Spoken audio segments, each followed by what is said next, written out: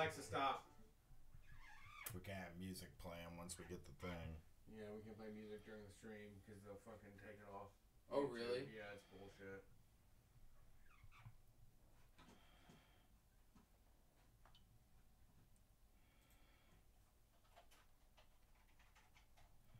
Yeah, that shit's crazy. It's just like that's like an algorithm that just like does it like right as they upload. Yeah, it just reads it. Scans all the audio.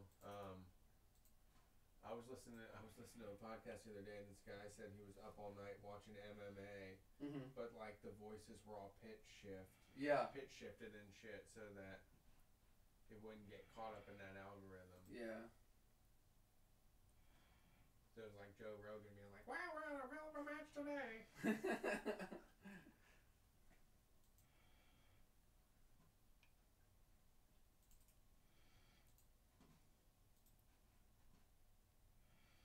Damn, somebody's already in. Oh, that's me watching.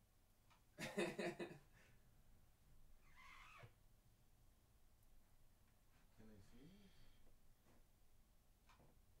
Backstabbers, the smile on your face.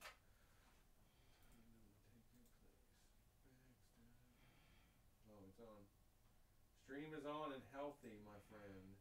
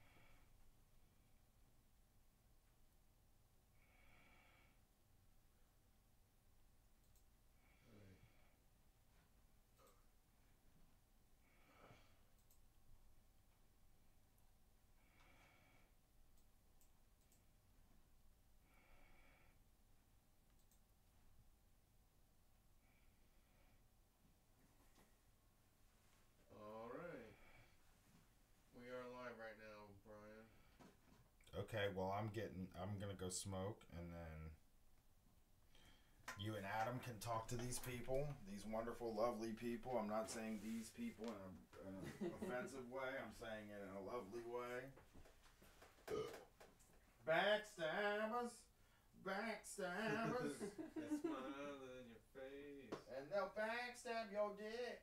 The whole time they'll take your place. Blah, blah, blah, blah, blah. What am I looking for? OBS is working. Desktop audio is turned off.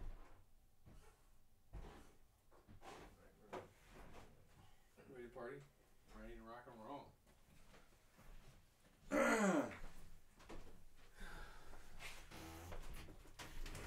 Hey, Street Fight family, who's in the live stream? Where's my computer at? I have a computer normally.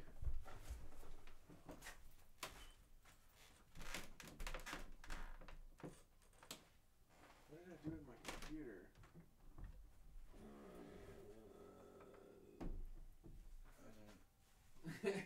I leave it upstairs, maybe? It was charging down here. That's where the charger is there.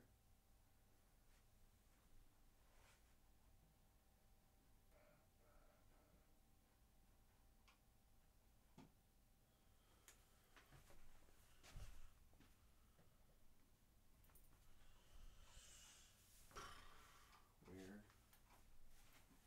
Oh, I need to run upstairs. Alright. You want to just put it on the Street Fight logo right now? Yeah.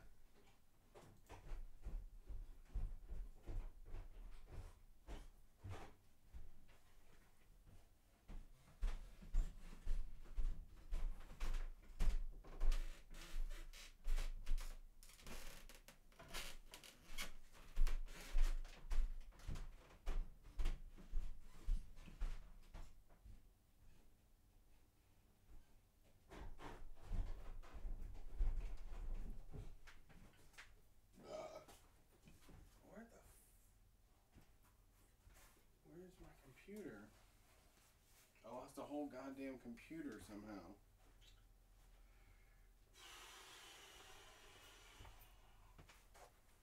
It was charging down here. I wanted to clear it off so that y'all would have room. It wasn't on the table there when you were like clearing off. It was just the zines and stuff.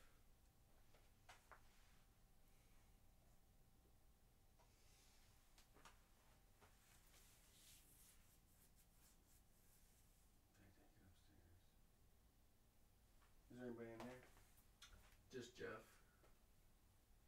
Hey, Jeff. I'm looking for my computer. Oh, right here. Booyah.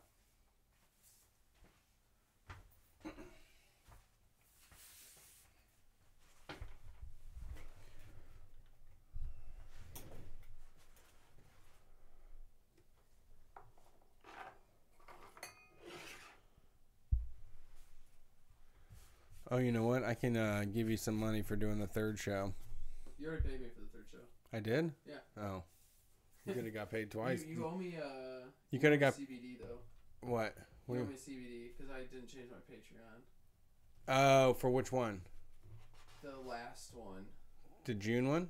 The coloring book or the cryptids? I didn't get cryptids yet. Did you? Cryptids hasn't been sent. Oh, okay. Yeah. I think it's cryptids then. I changed it back to 8 this month, so. Then it's probably the coloring book. Okay. But yeah, I had. So you'll be taken care of. Okay. I have the list of everybody that didn't change it in time. So. Okay. I will. I'll let you know once we fulfill that order. I'm way behind right now. Yeah, I feel ya. I was just worried that it didn't go through and I didn't get my cryptids one because of the fuck up on the 30 or whatever. No, it's going out this week. Okay. We got way behind on that one. It sucks because I was so far ahead, and then we didn't get it printed until almost the last day of the month, which was terrible. Yeah. But I don't know. So much of it depends on what my fucking mental health is like. So if I have a bad month, everybody, you're just not gonna get your fucking zines. That's how it goes. You got to deal with it. I'm not too worried about it. Well, nobody is. That's what's cool about it too. Is nobody is. There's 1 or 2 people that ask, which is reasonable. Yeah.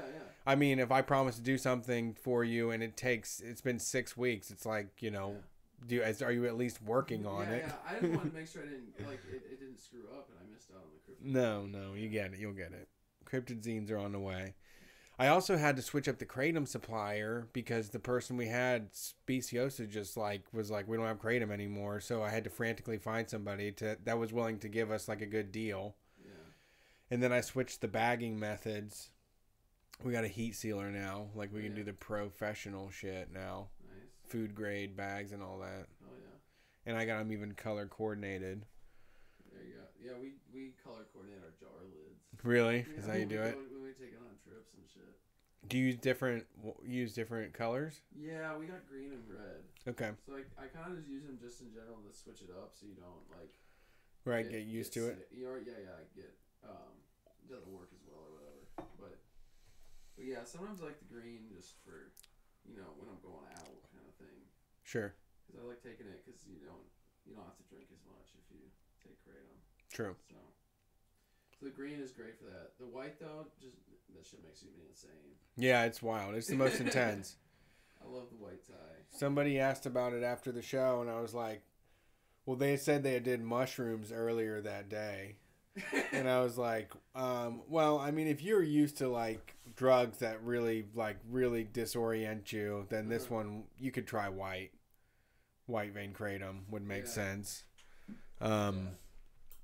Because that stuff is the most intense. That's the one where you're like, this is real drugs, this shit feels intense. My teeth are chattering, and I feel like I might have to explain. I was really faced. Yeah. I feel yeah. Oh, man. It could be sitting and talking to somebody and just be like, oh shit, I am definitely on drugs right now. I feel like I'm not paying. I feel like I'm wound up and not paying attention, and then it's 30 minutes into some crazy conversation, and it's like, oh wow. Yeah. That's kicking in. Yeah, that's doing the trick.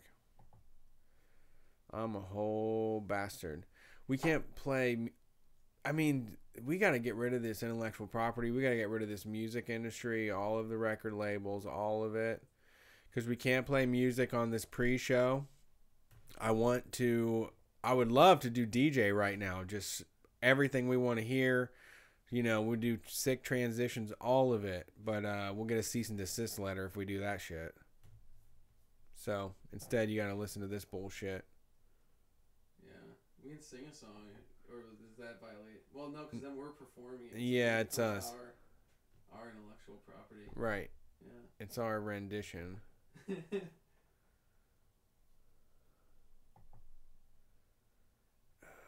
Shit. So you guys add a song though at the end, don't you, for when it records? Yeah, I do that in the post. I just find a song that I like or something that's relevant and post that. You didn't add a song to my third show. I was racking my brain for a week thinking about what I wanted to put on there, and then. Did you say it? No, you didn't ask me. Oh, sorry. I was like, oh, Brett will ask you, and then I listened to it. And I was like, oh no, he didn't ask me. Yeah. I was racking my brain, man. Sorry. It's okay. What was your song? It was what is it, The Loneliest Drink at the Loneliest Bar in the World, the Lawrence Arms song. Okay. Yeah. That's a good one. Yeah. I thought it fit the episode. They, wait, is that the one that... What's the longest drink at the loneliest bar in the world? That's what it is. Yeah. Backstabbers, they'll get your back. I haven't been doing the song because I don't want to burn the songs on the third show because only a small amount of people hear them. Yeah. So it's hard, but I should do it. Yeah, it's okay. Blah, blah. I'm not that salty about it. I've just been like posting, I've just been subtweeting you constantly. Yeah, subtweeting Brett's pointless. Yeah, I have no idea. I ain't gonna be seeing that. No one even screenshots and ats me on anything. That's because I've asked not to do that to me, so maybe they just extend that to you. Oh man, my computer. All right, you can turn the cams on if you want. Backstabbers, they're gonna stab you back. Hey, there's a lot of people in here. Brockton, Dakota. Name them Bro. all. Name and shame, Brett. Name and shame. I don't have the link. Oh, a Frosty and Fries.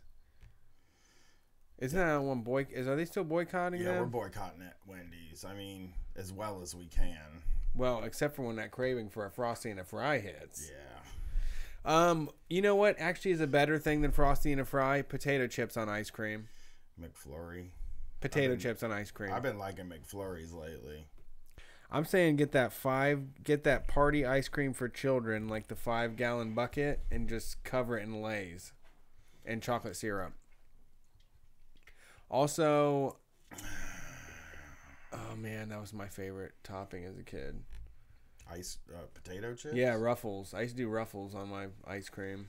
I don't like it. With some peanuts. Backstabbers. I'm gonna fall asleep. You're falling asleep? I'm tired. I don't know what's going on with me, man. Do do do do do do do do do do do do do do do do do do do. That's Shy says McDonald's treats are slept on. I think they're overdone. Well, Fraps and McFlurries. Okay, so Fraps are new. I don't mess around in Frap territory. McFlurries are gold standard, but you gotta go when the machine is working, which is almost never. Oh, it's been working every time I Gwen's into McFlurries now. Let me tell you also my fast food take. Rally's apple pie way better than McDonald's apple pie. Yeah. Rally's got me coming back with them $4 meals. Feeling $4 meal deals. I haven't been there in a while. McDonald's does suck shit for the most part. I don't recommend eating it, but my kid watches a lot of YouTube videos and obsessed with the drive-thru. So we go there just to get like small fries all the time because she can't believe you can get food through the fucking window of the car. Yeah. Yeah.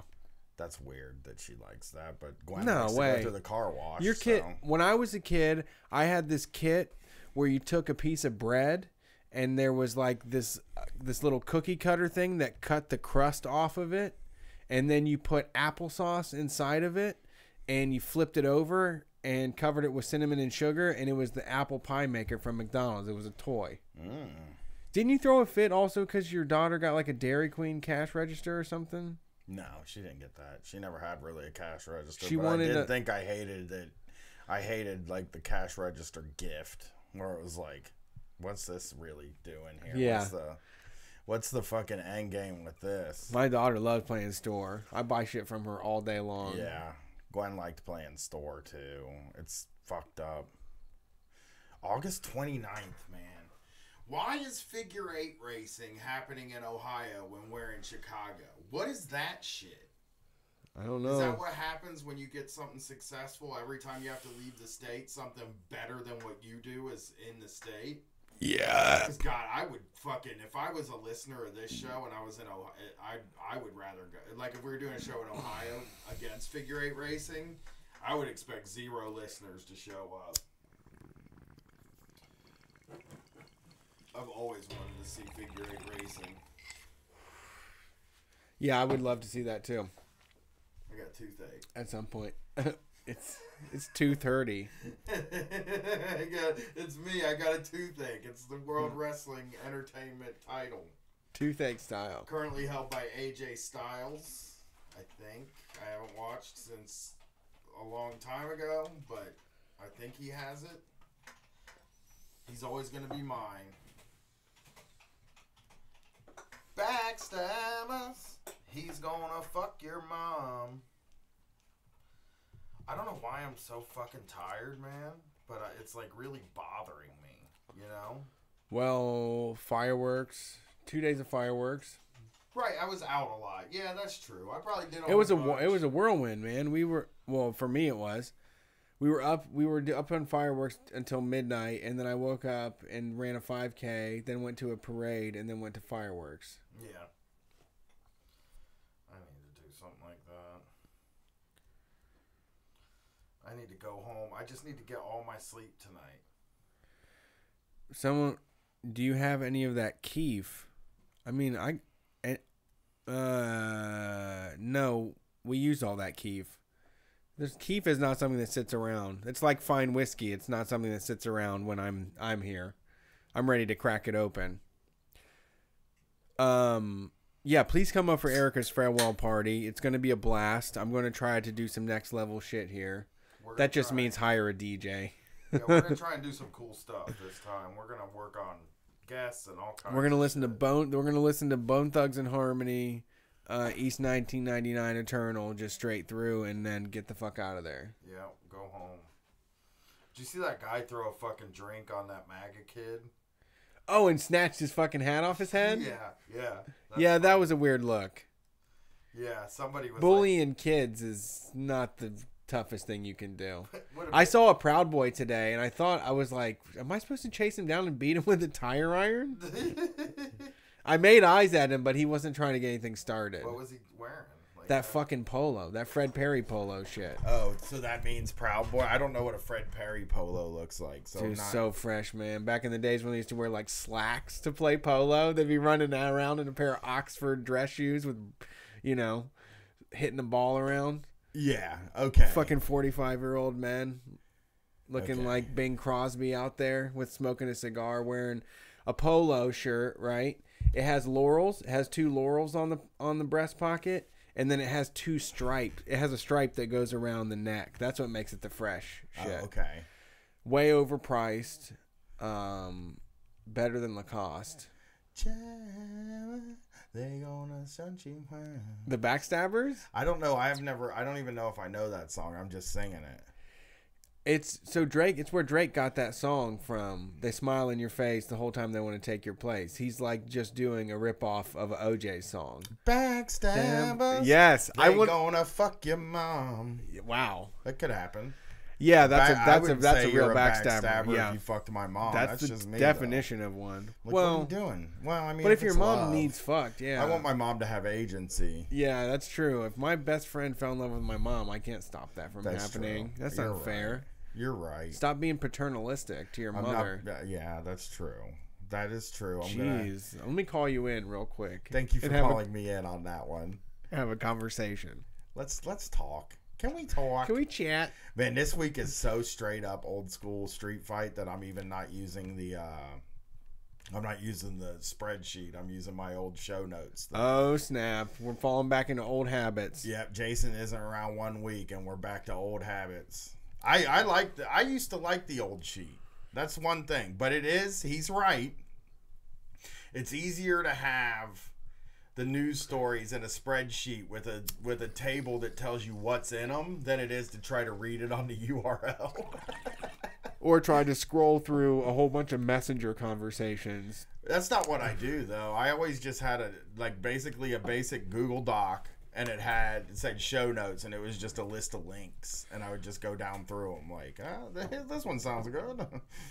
Folks, I also have tonight Blue Dream, one of the finest weeds ever made and one of the best Juicy J mixtapes ever done. Blue Dream and Lean? Yeah. Yeah, you say no to drugs. Juicy J can't. That's a good song. I finally got shoes. I got New Balance. I know a lot of people in the group are disappointed in me for getting New Balance. Somebody said they're Nazi shoes, but I'm not going with that. Well, they're American made. Well, they said that Trump would... Somebody said, well, it's Nazi because they said that Trump...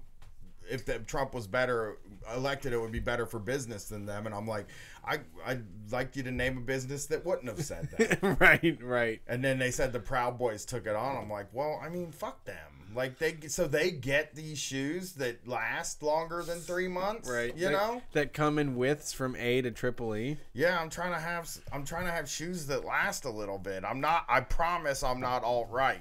Like, you might be a little alt-right. I don't know what I can tell you guys to convince you that I'm wearing New Balance shoes, but I'm not alt-right. I'm all right. I'm not alt-right. Okay. Yeah, that makes sense. That's kind of good. Right? Yeah. I'm all right, not alt-right. That's a slogan. We gonna be all right. That kind of thing. Yeah, we gonna be alt-right. Come on, Kendrick, do better. Don't do we gonna be alt-right. Oh man, what a week. What a fuck. I don't want to talk about the 4th because I want to talk about it on the goddamn show. Brockton TJ is right, said likes Blue Dream, but Headband is nice. Headband is my official favorite weed. I will go anywhere and say that Headband is my favorite weed of all time. But after the show we did in DC, my favorite indica is that blue cheese shit. Any cheese shit, because I saw somebody have their whole spirit leave their body and just collapse like a heap of clothes. Yeah. After hitting this blunt. It was wild. Yeah, New Balance are union made in America by real fucking racists in the Northeast. Yeah. Okay. The worker, you know. The regular old racists. Right. Not the real working class racists. Not like these tech racists. Not like these like SQL database fucking racists that run around with tiki torches and polos and shit. I mean, if something's made in America, I hate to tell you that maybe a few people are racist that made the shoes. Maybe. I don't know. I'm guessing. I worked in a few places like that and it was just a thing.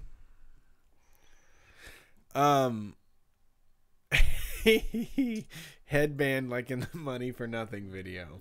Oh, who wants to talk? Is somebody trying to get mad about Money for Nothing? Ask them in the room. How many people's in there? I can't see the room tonight. You know what's not fair? Here's the thing. If someone wants to challenge you on that song, you got to stand in front of a room of people while the song is played all the way out loud, and you're in the center. Everybody stands, and you're in the center of that room, and you stand tall and proud while the whole thing plays while through. While they do the homophobic slurs. Yes, see how long you can fucking last. See how long you're willing to stand on that stage and really stand up for it. I want to take that homophobic slurs part, but there are homophobic slurs in the song, but I'm not slamming it for that. I promise. I mean, that's bad. It's just corny. That's bad, I'm saying, but the song is just corny as just all doesn't corny go. can get. It doesn't go. It has no It stinks. Groove. It's the worst. Those songs that I listed are uncontroversial to me. They're just no, bad. they're just like nobody ever can try to fight for those songs. Why would you waste your breath fighting for that song? It might be my most milquetoast take. Get your fucking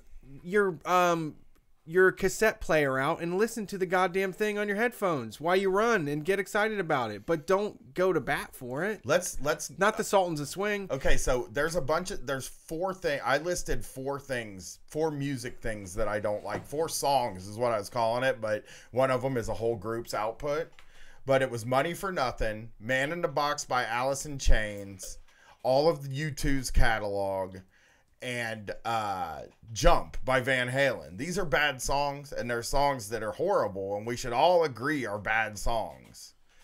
So I don't think that's a controversial take.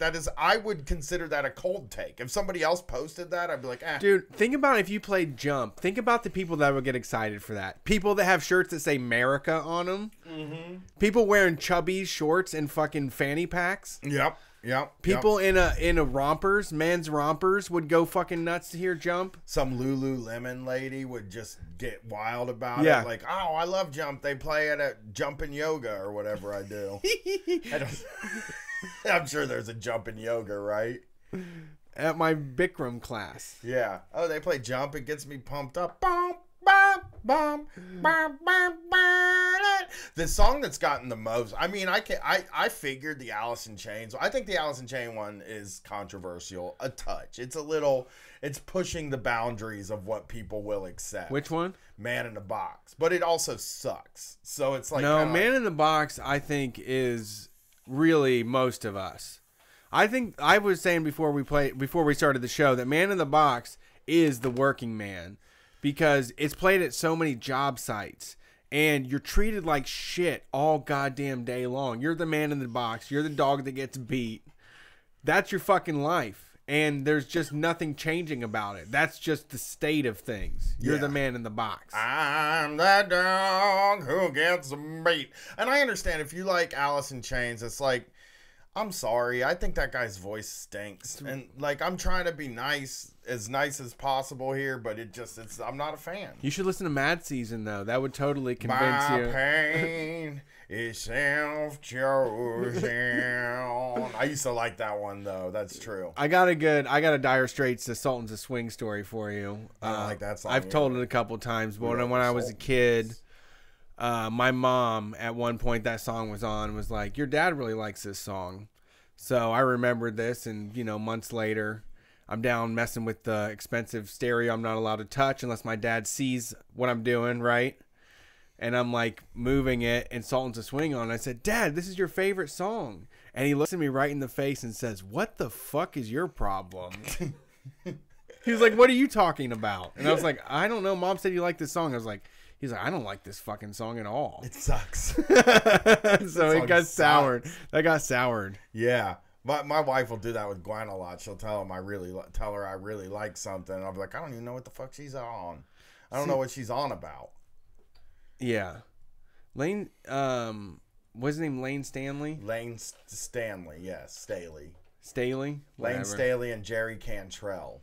Of Alice. See, I know stuff. It's not like I'm an uneducated person here. You've listened to it. It's like, we've heard the songs a billion times, and people have told me, but I've never reached for it. And like when I really want to hear something, it's not that guy's voice ever. Well, yeah, my theory is that nobody's ever played Man in the Box like by choice, like put a CD in and play Man in the Box. It's just never happened.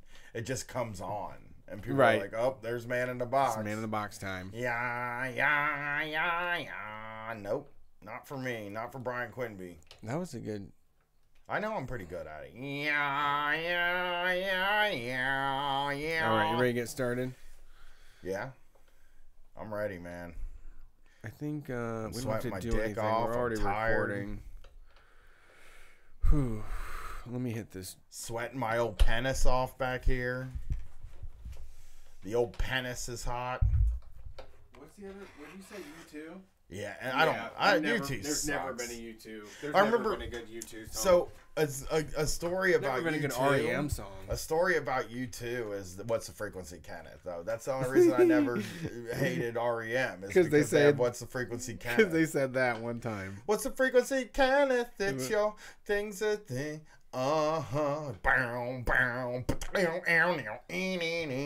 was like their song that goes the most out of all their songs. The rest of them were like, I could do without. Did people get mad because I like What's the Frequency, Kenneth? Oh, they come to kill the rooster. I love that song. He ain't gonna die. Yeah. That part's good. That's true. A cool thing. I felt like the rooster when I was a kid. I wanted to be the rooster when I grew up. People are like, you surely can't like the rooster. It's about a troop, and I'm like, he ain't gonna die. That's kind of cool. I like a lyric where they say something about dying is always like gonna be my favorite lyric.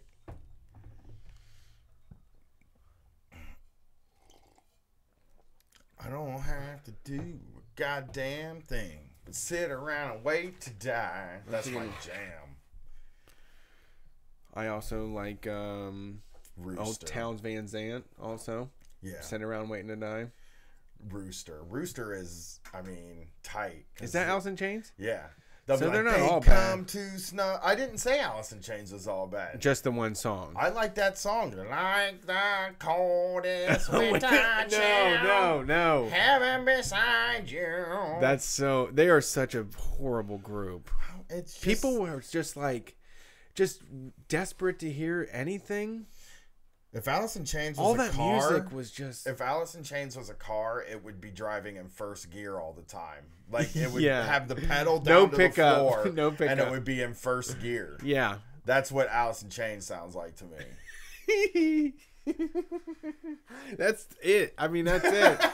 That crazy noise the car makes, like sometimes it sounds like it's getting going, and then it's like, no. I mean, you look at like keep going 25. Look at fucking hair metal and all of the shit that came before it was like so fucking extreme, and then these people come out there and just are mope around and don't do anything fucking impressive, and are like, fuck you people. Yeah. They didn't like having fans, really. Well, I mean, I don't know about that. Everything I know about old rock stars was like, they didn't care about the fans because it didn't matter, because the record label would release their album no matter what. People couldn't badmouth them. You know what I mean? It's like, basically the reason nothing is that popular now is because it never would have been if everybody had the same access to fucking what they like. It was like back then, it was like, oh, the Beatles are the biggest band in the fucking world. It's the only band they play on the radio all day. That's why. Yeah. Shit. I fucking was in love with like all those fucking classic rock bands when I was growing up. You know why? Because they were fucking always on. That's why. Yeah. I sing Lightning Crashes by Live because it was on 47 times a day and still is. Yeah. You know, I sing this song. I should have put this song on that list, but it's one of those songs that like I hated and then liked, and now I didn't like it. I heard it so many times that it's like, now I like to hear it. Yeah. Because now I can sing it. Is that song where that dude's like, won't you touch me, touch me? Yeah. Never bothered you before. What is it? Touchstand Peel or something? Now I stand. I finally found a reason. That's a good one. I don't need an excuse. I've got this time on my hands. Like, I hate the song, and I hated it back then. But every time I hear it now, I'm just like fucking jumping out of my skin. Like, I finally found a reason. You're beating on the walls. Yeah. We were talking. The one that gets me going now is Cumbersome. You started singing again, and then now I'm just like, this is me though. Like, I kind of identify with this song. I've also heard it so many times. I'm that way with the Nickelback. And you're like, let's hear it again. Come on, another round. I have become. You know why that's good? You know why that song's good? I'll tell you exactly why. Because it has the breakdown? I'm going to look right into this camera, and I'm going to tell you why. Too heavy, too light, too black, or too white, too wrong, or too right. Can't deny. Cumbersome. Right. Too rich or too poor. She's wanting me less, and I'm wanting her more. A bitter taste is cumbersome. Whoa, yeah. Oh, no. Oh. I love that song. That song, yeah, I love that shit. It's a good fucking jam. Yeah, there were like all these songs that used to play when I was younger that I was like, fuck this shit. I don't need to hear this fucking shit. Play me some fucking Spine Shank, man. Have some fucking guts. Play break stuff every now and then. And now when I hear these songs, they're like Zombie by the Cranberries. Yeah. I shouldn't like that song. I hear that song. That's one of the greatest songs ever made. I go fucking nuts for that. So when that lady died, I got sad because I was like, she brought me Zombie. Yeah. I didn't know she died. Oh, yeah. That's terrible. With their tanks and their guns and their bombs and their guns. Yeah, it went. People love it. Crazy for that song. And Seether by Veruca Salt. That song. Oh, that's still a good song. House, man. They still play that on the CD 1025 station. Yeah, they still play "Take It Off" on there, which was like, what happened to the Donnas? They were fucking really lighting shit up there for a while with that "Take It Off" they song. had one song, yeah. We gonna take it off, baby, for me. I was like, this is good.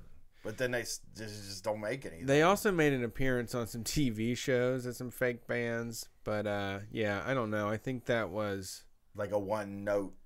Yeah, that was MTV was invested in pop punk really big at the time for like 6 months, you know.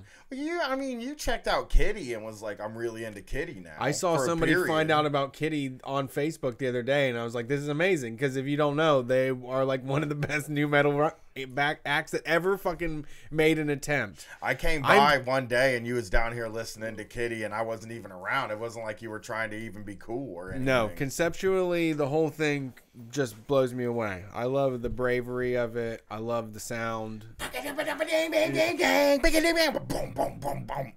Yeah, well, that's music talk. We should do that on the radio more.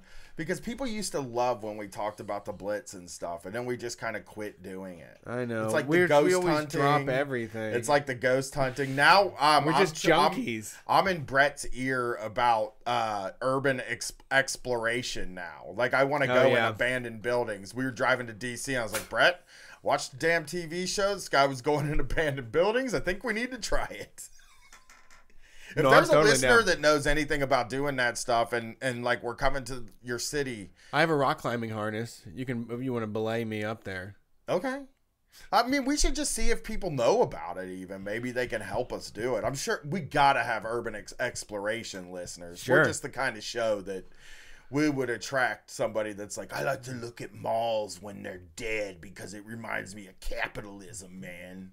You know? Yeah, I just like to sink back into that period of time that existed back then. Yeah, I want to go. Yeah, I agree. I love a fucking old department store that has gold colored everything. Like no piece of fucking silver. There's not a silver goddamn screw in the whole place. Like we only sell gold shit here. Yeah, silver was the color of the idiot back then. I had a dream one time I was in an old Lazarus just walking around. Oof. Yeah, and they still had stuff left. Like they still had stuff left, so I was kind of just rocking around with the stuff that was there when they closed. Yeah, find an old FUBU shirt there or something. Yeah. All right, you ready to get the show started? Yeah. I'm gonna drink this kratom while you're doing the intro, and then we can do the show. I'm sorry. I'll stop. You gotta do karaoke. I know. I have all these new songs now, man. I want to do Only God Knows Why by Kid Rock so bad. I don't know why I didn't do it last time because it's so like a Brian song. Yeah. We need Trying to find myself. Maybe we can do karaoke at the goddamn Erica show. Wonder what that would cost. That's a good idea. We can rent somebody. We can make that happen. That just costs money. That's all. It's not hard to do. Okay. That would be fun. I'll do it. I fucking love karaoke. I'll fucking do it. And also, if it might just turn into you doing like a whole concert of your favorite songs. So hey, people would probably if someone's afraid to sing. Here's what's dangerous about karaoke on that night is like when I'm just hanging out with my friends, it's kind of like I don't want to hog the microphone, but when it's a street fight function, oh yeah, I mean, me and Brett will be on stage the whole time. We're hams. You can't get rid of us. Yeah. It'll be one song by Brian, one song by Brett, one song together. We'll sing Islands in the Stream together, of course. What about Erica? Would she get to do some? She can do some like 50-second anime intro. Yeah, she likes music, I'm sure.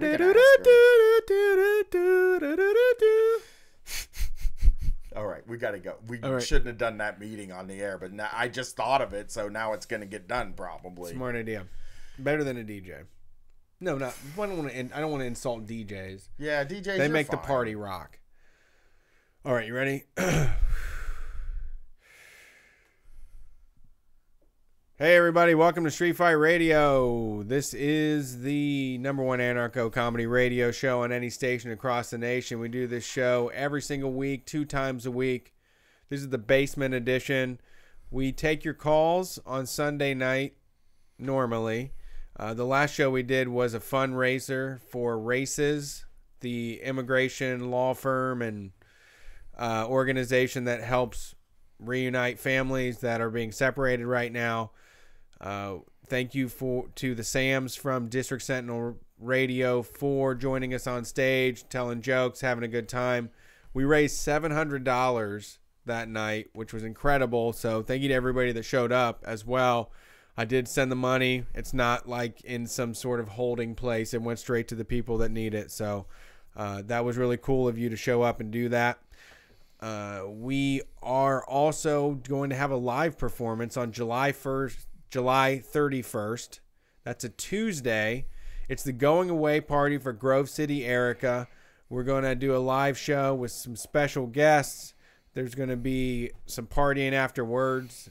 We talked about possibly karaoke, maybe a DJ, but that's still coming together. It's going to be just $5 to get in. It's going to be at Ace of Cups in Columbus, Ohio. I'm excited to play this place. I mean, I've always wanted. All the coolest people play here. Taco Cat's playing here.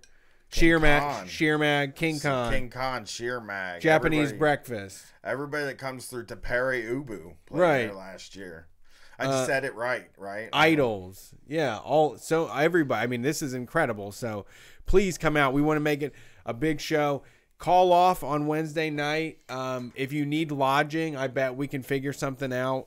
But please come up to hang out. Tuesday, Columbus, Ohio, July 31st. I also want to say that if you're in Ohio, there's a high probability that this is it for the year. I know we said that last year, and who knows, maybe the end of year party will become a tradition here, but we have a lot of shit, like live shit, planned for the rest of the year, and I'm not totally sure that Ohio or Cleveland or Cincinnati is going to happen unless somebody comes to us and asks us to do it. You know what I mean? Like, if you're in Ohio and you want to see us live, this is the time. This is going to be a fun show.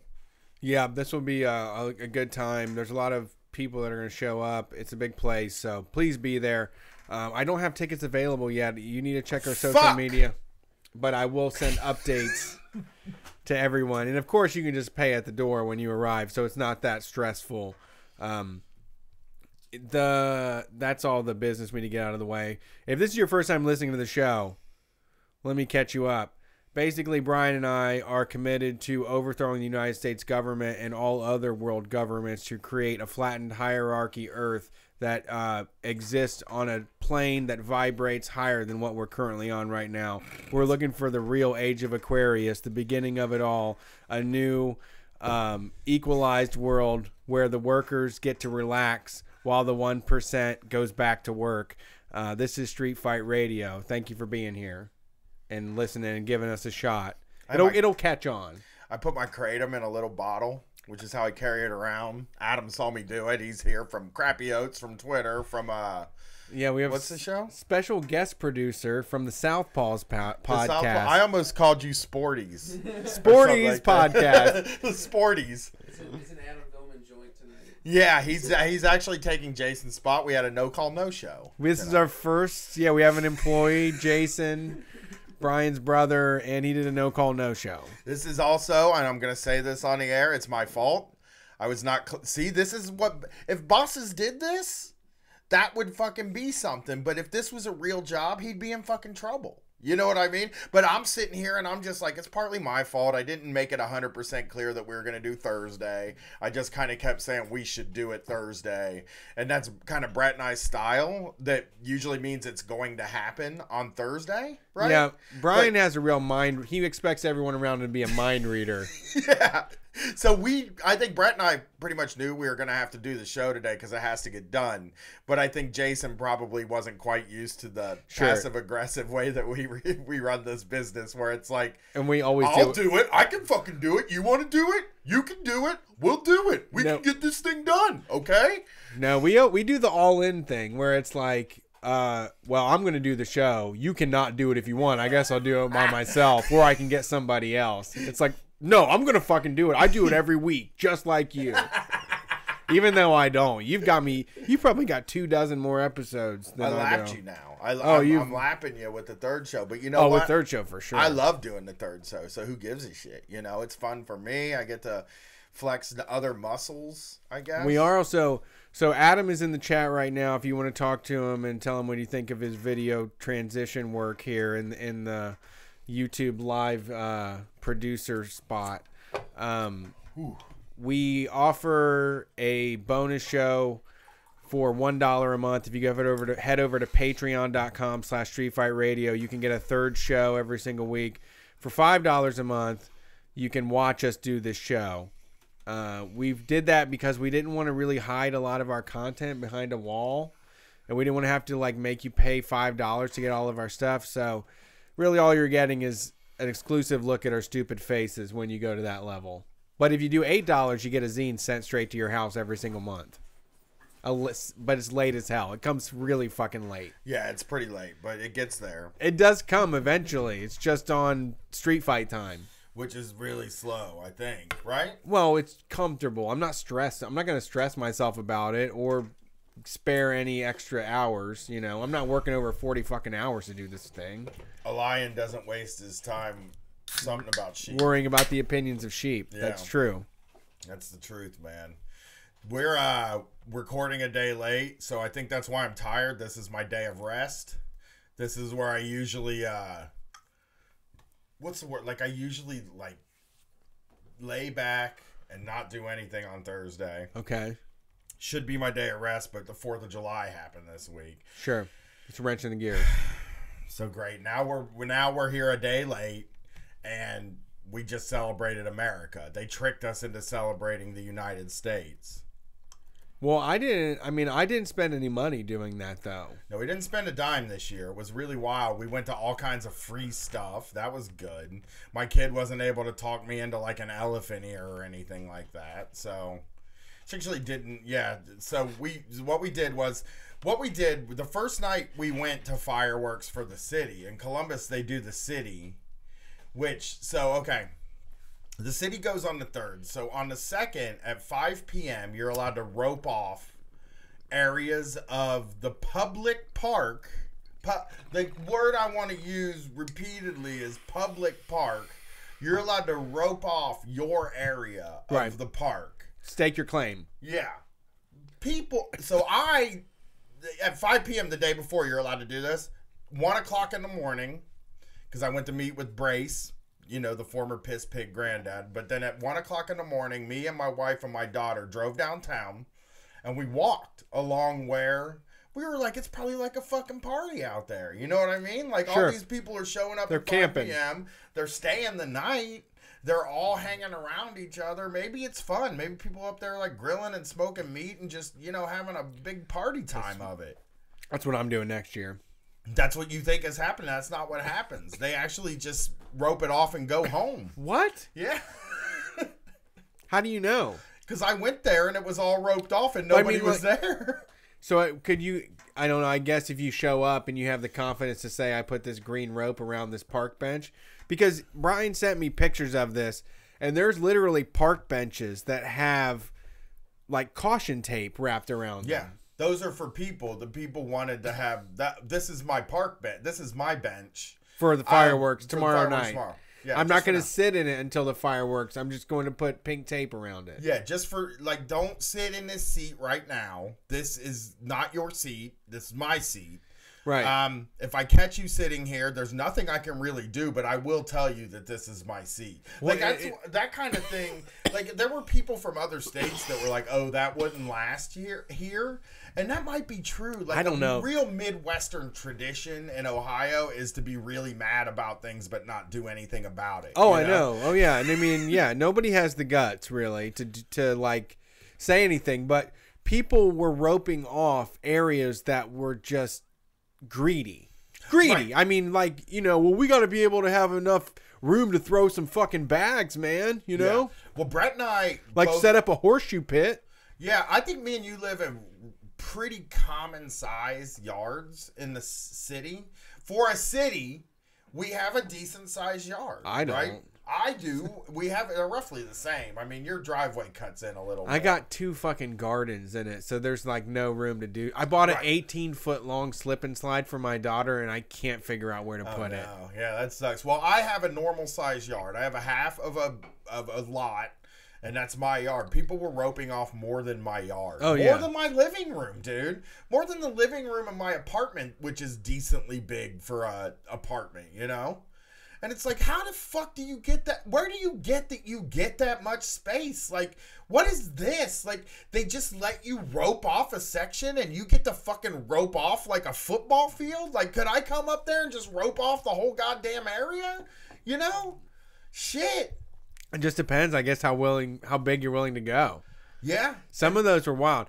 People did have some, and then walking through there was a lot of folks that were just sitting in the corner of a spot. With tons of fucking space in front. This is my theory. Can I give you my theory? Sure. One time a year, in all cities, people from all over the state and the kind of metro area descend upon their downtown to see their fireworks. This happens in Columbus, Ohio. This happens in probably Minneapolis, Minnesota. Happens in Indianapolis, Indiana. It happens in every place, right? Uh-huh. And they come in and they spend their whole day throwing their trash all over the place and sitting in traffic and roping off insane areas of space so that nobody can fit in them, so that less people fit at the place and then people will walk into their territory. And then they talk about how the city is an urban hellscape. Well, you know what was really weird, though, is that actually the trash cans this year had saran wrap over top of them. And I don't know if that's normal or not, but they literally said, like, no trash. We tried to have that. I tried to defend him, too. I tried to play the devil's advocate. I tried to play the Brett, if you will, in this situation and said, maybe they don't want people filling up all the goddamn trash cans. And maybe if you say no trash cans, people are like, fine, I'll put my water bottle in my backpack and I'll take it home and put it directly in my recycling. My theory... No, we waded through a sea of fucking trash. Well, my guess is that they wanted that. I bought a shoe cleaner kit after leaving that place. Yeah. Like, I had to go home and figure out a way to get my shoes clean. But it's easier to clean up than it is if it was all in trash cans and gathered around a trash can. Yeah, I mean, it's people better don't just see like, oh, that trash can's full, let me move to the next trash can. No, people normally just try to balance it in a way that like technically makes it in the trash. Yeah, and then they walk away and then the next person has to Jenga it too. It's like a game we do in public, an unsaid game. Yeah, no, I mean, no one's going to stop you from playing it. You want to see some wild shit? Drive by a recycling bin on Christmas Day or the 26th and see what kind of stuff people will get up to when there's no space for their trash. Yeah. Oh, yeah. Like, I'm not driving back. I told my wife I would take this. Yeah. It needs to be gone or I'm in trouble. Yeah. People are just like... And I guess, like, if you have to, sweeping it up is just easier than gathering they got, like, Zambonis with big brushes on them or something? I mean, even if it's sweepers, if you hire enough people, man, and you run and sweep down each road, boom, you got it. You have a big dump truck come up and take it all away. They get that shit done. Listen, there was saran wrap on all of the trash cans, and they had that shit done before the next morning. Oh, I know. Nobody waded through trash in the morning. You're right. Like nothing even happened. No, and it's like just being like a roadhouse where you can throw the peanuts on the floor. Yeah, people love throwing their trash all over the place anyway. Yeah, I love to wade. Everybody likes to wade in trash. They think that's what it looks like all the time. Like, yeah, they do get it twisted, and they think that like people are just walking down the street and throwing down, some protein pack of peanuts. I've heard people talk about why they never come down to downtown Columbus is because of all the traffic. And I'm like, what is this traffic that you're talking about? And that's when it hit me. The motherfuckers only come down here when there's a bunch of traffic. Like they come down for like a football game or Red, White, and Boom or something like that. And you're like, no, they don't come down here for the arts festival. They don't make it to that one. Sure. They don't make it to Jazz and Rib Fest. It's 3 things, okay? Ohio State football, which is in the trashiest part of town anyway. I can't imagine they'd want to hang out on. No. That's the weirdest thing, right? Adam is in town he's from Illinois. And he kind of had been to our campus, and he said it looks kind of trashy. And I'm like, only on the outside. They do a good job of separating what's official and what isn't, but it's trashy. No, where all the kids live, there's just like empty canned food all over the place. That never makes sense to me. It's like, what are they doing with the canned food? They're just breaking it open. Like, they don't have can openers. They're just hitting it open with like screwdrivers and fucking hammers and drinking it and then throwing it on their fucking front lawn and making armor out of Bud Ice cardboard. Yeah. So, I mean, that's just, it really has been one of those, Here's, you know what? Someone in this said all fireworks suck. And so we should settle the score and say that they're the fucking greatest. Like, they rule. Let me explain why fireworks kick ass. You have to sit real fucking close. A lot of people don't want to go into crowds, and that's understandable, dude. The crowds are a pain in the ass. I never say... I love crowds. I tend to believe that if a crowd of people is gathered to do something... that it's probably the thing that's going on in town. It's the hottest thing happening. If 10,000 people have decided to pile themselves on top of each other, it must be fucking worth it. So because I do not like the general public whatsoever. Yeah, I take my ass there. I go because I'm like, these are great. And we sat so goddamn close to those fireworks. And it was fucking incredible. And I've been bad-mouthing fireworks for years. Don't even think that I didn't go through a phase where I didn't like them. It was just like I could get so close to these things, and they're so fucking loud. They're incredible. They're blowing up the sky. And I get so high when I see them. And you can't say that getting high and watching fireworks doesn't kick ass. Well, so then we actually, this is perfect. Brockton asked if you're, were we close enough to get hit by ashes? Well, we were last night. Okay, so we'll tell the story. So on the 4th, we went to a suburb, a very rich suburb. It's right by my house, and it's where basically, like, when you're a kid, people will be, your parents will tell you about, like, people from Upper Arlington. Yeah, when your school sport plays Upper Arlington, it's like those kids get all the money for private lessons and all the best gear anyways. You guys got no chances at all. Yeah. You know, they're the upper crust. It's just the richest neighborhood in the city.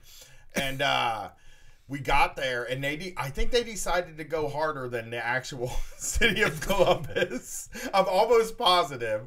But the fireworks were being shot off from a baseball diamond. And we were sitting just behind the home run fence of that diamond. So we got very close to the fireworks. Yeah, and they had a pretty big setup. It wasn't just firing from one place. He had like four different areas that fireworks are being shot from. And there was, I don't know if whoever put this together had a layout of the land beforehand or not. Man, I've been given schematics for things that I need to lay out in my old days, like I was a roofer and stuff. Sometimes you're 10 feet off or something like that. It's just sometimes there's a margin of error. What is that? Well, I don't know. And if you get one thing wrong, you get it all wrong. That's the issue, Like if you shift one thing too far, then everything else is too far in one direction. Yeah. Honest human mistake. Right. So like I said, there was 4 setups, and the one in the corner, like, nobody could see. Maybe he just didn't go into the grass and sit down and like figure out what people are actually going to look at. But one of them was really tucked away, and then another one was a little too close. A little too close to us, and then there was another one that was a touch too close to a scoreboard. Right. And it lit it on fire. Yeah, there was some temporary scoreboard at the baseball field that was in the air, and a piece of firework ran into it, and it turned into like a full fucking blaze. Like, with smoke pouring off of it, and it was just this like burning effigy in the middle of the fireworks display. They probably hired the best of the best fireworks people. Yeah. But you have to think about the pool of people that decide to make fireworks their entire life. Yeah. I don't know if you have to go to college for that or not. You just have to be comfortable with like gunpowder and shit. Yeah. Yeah, you have to be like, you have to love them so much. Yeah, you have to, you know, like you just have to be one. Because like I learned this recently, years ago. I learned that like I don't love fireworks, like owning them, because I went to a fireworks store and I bought buy one get one free. I just bought a shitload of fireworks and I got bored with them. I never even got through them. It must have been something that didn't translate to me, because all my hillbilly friends loved fireworks. We were all just super into them. Once you get them, and if you live in the city, it's also another weird situation that's you have it. to deal with. You know what? Whatever I think of fireworks now, all I think about is getting the cops called on you. Yeah. Because that used to happen all the time when we were kids and we had them. We'd fucking play with them all day long. And then eventually someone would call the goddamn cops on us and we'd be running and jumping over fences and shit. I don't want to be scaling fences anymore. I don't want to like have to like tell my daughter to like hide under a bush and be like, just cool it. We might have to be here for 2 hours, you know, until shit cools down. I mean, I've done it and gotten away with it. I haven't done it in 17 years, dude. Yeah. I haven't done it since I was like a teenager. I did it like 3 years ago and got away with it. Ran away from the cops? No, not run away from the cops. If the cops came while I was lighting off fireworks, I would have just been like, listen, I'm in control here. The first one, yeah. You just have to say like, okay, we're not going to do it anymore. Yeah, because the Ohio fireworks law is you can buy them. Let's go do them after this. No. I got a 25 missile thing. Let's do it. No, there'll be 80 tweets about us. It's over. The 4th of July is goddamn over. Cut it out with the fireworks. I'm like, that just never stops, man. Everybody got a bunch of extra fireworks. No, they got me wound up on fireworks. Now I want to see more. All those fireworks are buy one, get one free when you go to the store, so everybody's just got too many of everything. And they got to get rid of them now. It's so fun lighting them off. My fucking SJW neighbors, I could just imagine them being like, we don't, that reminds people of guns, and that's just not okay in today's America in 2018. My neighbors would be cool with it because I'm a big fun dad. That everybody's like, look, it's the fun dad. He's dangerous. He put because they'll call the cops when they see me hold it in my teeth and shoot it out. Yeah. Then they're gonna think they can't trust me with them, even though I'm obviously a professional. I mean, everybody takes me extremely seriously because I'm just able to carry myself in a way that's like, you can't tell me what to do. I'm the big daddy of the neighborhood, and I'm lighting off fireworks tonight. We had real deal M80s at one point, and we were just throwing them up those drain pipes, like on the curb. There's that PVC pipe that comes out that's a drain pipe. And we would just like try to kick it up there as fucking far as we could. And the sound was incredible. Just blew me away every single time. I'm going to go blow up somebody's drain pipes. Okay. Burger King's in trouble again. This is just hot off the presses today from MSN. Listen to this. Remember last week we talked about Burger King? Burger King that ran out of food. They ran out of food when the police showed up. Yeah, the police showed up. They ran out of food. They got a delivery right after the cops left. Yeah.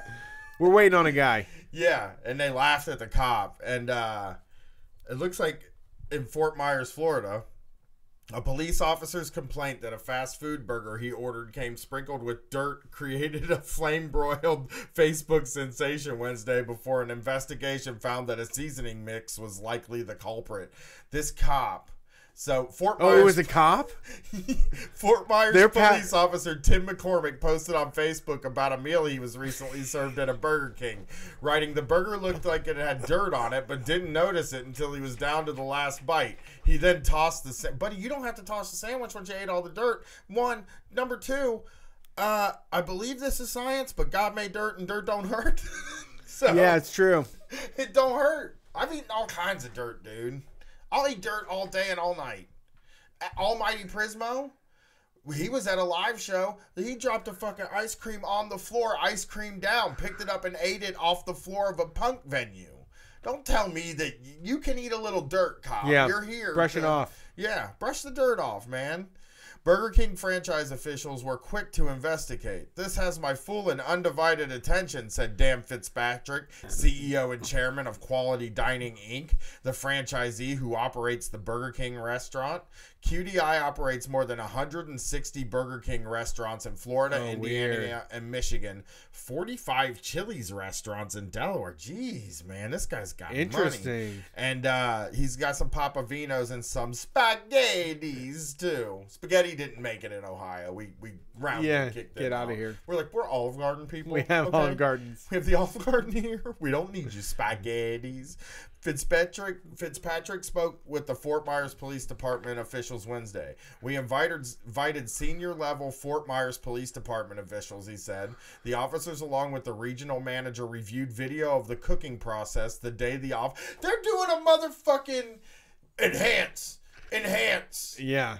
Focus in there. Let's see. Did these guys fucking fuck with the food? Are they fucking with the cops' food? That's the worst thing you can do is sprinkle a little bit dirt on a scumbag's food, okay? Yeah, I mean, you just got to grow a pair, right, cop?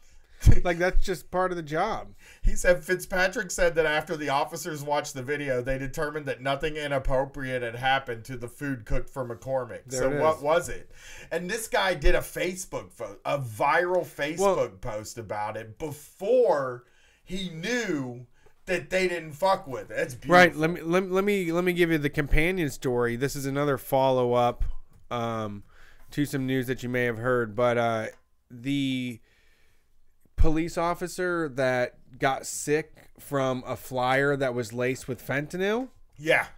They sent it away to the drug testing labs, and they can't seem to find any fentanyl on any of these posters that were put on these Houston officers' things. So, I don't know where this cop's symptoms came from. Maybe it's just psychosomatic at this point, you know? Maybe it had like a little bit of doo-doo guts in it. Like somebody with diarrhea touched the letter. Sure, that's smart. And then he opened it and he was like, oh. Put diarrhea in a spray bottle. And he had bad feelings about this. I don't know. I mean.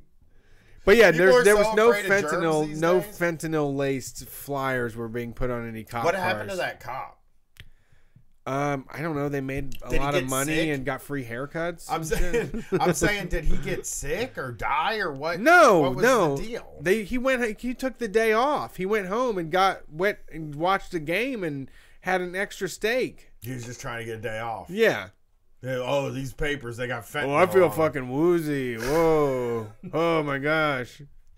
Cops are out there going crazy, accusing everybody of everything now. These Blue Lives Matter blogs, too, they're like ready to go with it immediately. You know, like, let's run with this. Somebody sprinkled dirt on a guy's sandwich. And it's like, dude, again, guess what, motherfucker? If you're eating at Burger King, there's a good chance that there's dirt in your food.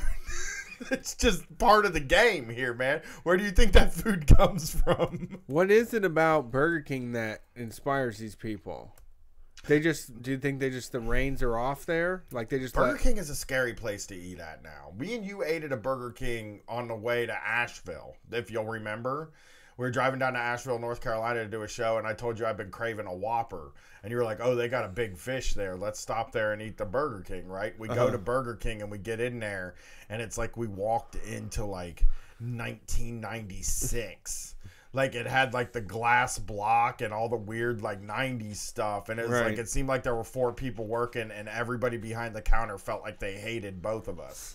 So, like, kind of Burger King is just one of them renegade joints now where you go in there and you're like, I don't know what I'm getting. The one by my house, don't ever go there expecting it. It's famous. The first 3 things you order. The one by your house is famous on Reddit. There is a post about it all the time that people discuss the shenanigans that goes on. There's never anybody in the parking lot. I don't know how it's open, dude. I have no idea. I never see anybody there because it's got such a bad reputation. So, like, I think that's why you go into Burger King. I'm not sticking up for this cop, but I go into a Burger King, and even if it's the cleanest place in the world, I get bad vibes. It's the Wild West. You're right. Burger King's on its way out the door is what I'm trying to say on the show. Yeah. If Tim Hortons didn't buy him, they'd already be gone. They'd already be out. It's falling into chaos at this point. They are. They're like, dude, growing up, Burger King was number 2. Firm, I know. A firm number 2. Especially when they changed those fries, too.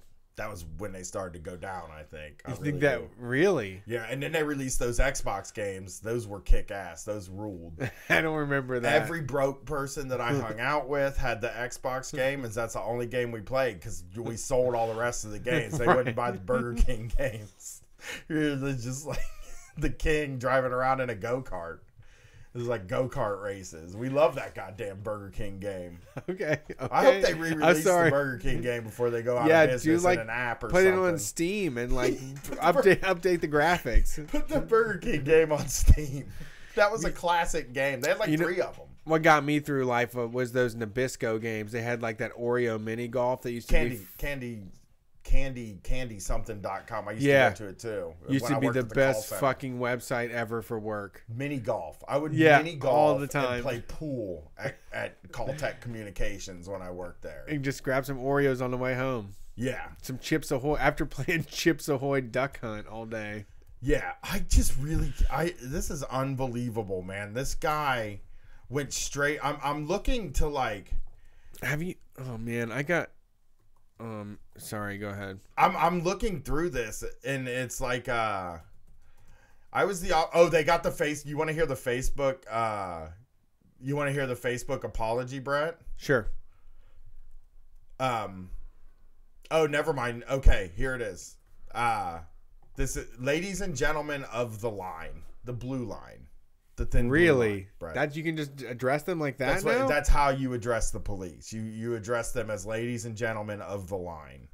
And it says, I was the officer who was served a burger at Burger King at 4004 Cleveland Avenue in Fort Myers with dirt in it. At first I thought it was just burned old bacon. I was hungry and ate the burger. At the last bite, I saw dirt and grit on the burger. Those burgers all look like dirt. Yeah. Don't be looking at that's flame broiled, dude. Isn't it an agreement that we have with ourselves as human that we don't look at the meat on those Yeah, don't hamburgers? open it up. You don't want to see that shit, man. Avoid seeing that. Keep it out of the light. That's not... Look, I don't want to know what... If I buy a cheeseburger from Burger King, a Whopper, preferably with cheese but no mayonnaise... If I buy that, I don't want to see that meat because there is grit on that meat and dirt, and there's probably some hair. You know, I'll bet you there's a little bit of cow hair left in that meat. They don't probably shave all the cow hair off of those things. No, not all the time. Not all the time. It's a goddamn animal. What do you expect, man? Jeez. I quickly noticed that my receipt had big block letters with the word police on it. This has never been the case previously. I went inside and made contact with the manager who said, sorry, what do you want me to do? Just before speaking to the manager, the staff member from the drive-thru asked, what the matter, officer? Something wrong with your order? And then she and the other staff had a good laugh. Someday we first responders just want to grab a quick bite because we're overwhelmed with calls and this is how we're treated. I contacted corporate office and they said, not our problem. We'll have the franchise owner call you. When contacted by the franchise owner, he said, it's impossible for dirt to get into your food. You're crazy. So to my brothers and sisters, I say this. Only eat at safe places and check your food beforehand. Excelsior. He ended with Excelsior. I swear I didn't add that. That was how he ended. So turned out they watched the whole surveillance video because God, let's get down to business on this. This is very serious. This guy made a serious accusation.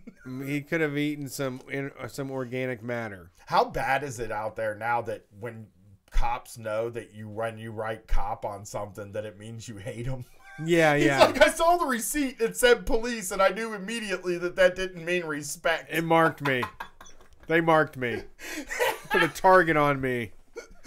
Well, I mean, do some serving and protecting for the employees of Burger King, and maybe they wouldn't feel that way. Well, I mean, people at Burger King are the people that they're unprotected. Sure, you know, like they're the problem to them. I want to give Dream Drop Daddy from Twitter sent that to me just now. Thanks. As the show was starting, and God damn, that's so good. That is such a fucking funny story. Yeah, so all you have to do now to scare a cop, you don't even have to really do anything. You just, if you're working at a fast food place, just put police on the thing, on the receipt. It'll freak the shit out of them. You know? You got to get a code, though. I mean, you don't have to even do anything to scare them now. You just have to say that you know that they're the police. The people in the back know that they're police. So they're naturally going to use the dirt shaker on it. So what do we got here? What do we got later here? So we got, here we go. We'll go to Philly. We'll go take a look at Philly and the George Smith towing scam. We recently had somebody call into the call-in show and was talking about tow truck drivers. And I tend to agree. They are just under cops, right? Like, where are they in the realm of bad? You know, because I mean, if you're towing me for good reasons, you're good. If you're towing me for bad reasons, you're definitely bad. The only reason to tow somebody would be if they literally parked in a way that prevented you from leaving. Okay. Right? I would agree. If you pulled behind my parking spot and I couldn't leave, I would just call somebody to tow you the fuck out of there. Okay, so that's the only way you would call somebody. Yeah, if you're blocking the way. Other than that, it's like, fucking deal with it, dude. I mean, you live in a world with other people. You can't have a fucking spot just because a little metal sign decreed it. How do you feel? This person's going to be here for 48 hours. They're in here from Colorado and they're seeing their best mate and they're just going to walk around town. They're going to leave the car here. It's not 15-minute parking anymore. How do you feel about like a meter? Like I've had this thing lately. Well, some of them. I've had this thing in my mind lately that if you go a half hour, the meter needs to tell how long. As there's a way to. They max that, it. right? I mean, they tell you the max you can do. No, I'm saying, but then when it's like what you pay for your meter going over should be directly correlated with how long you leave the meter over. Got it. If that makes sense. Got it. They're like, we caught you with a 90-minute overage. You owe us 85 cents, Buster.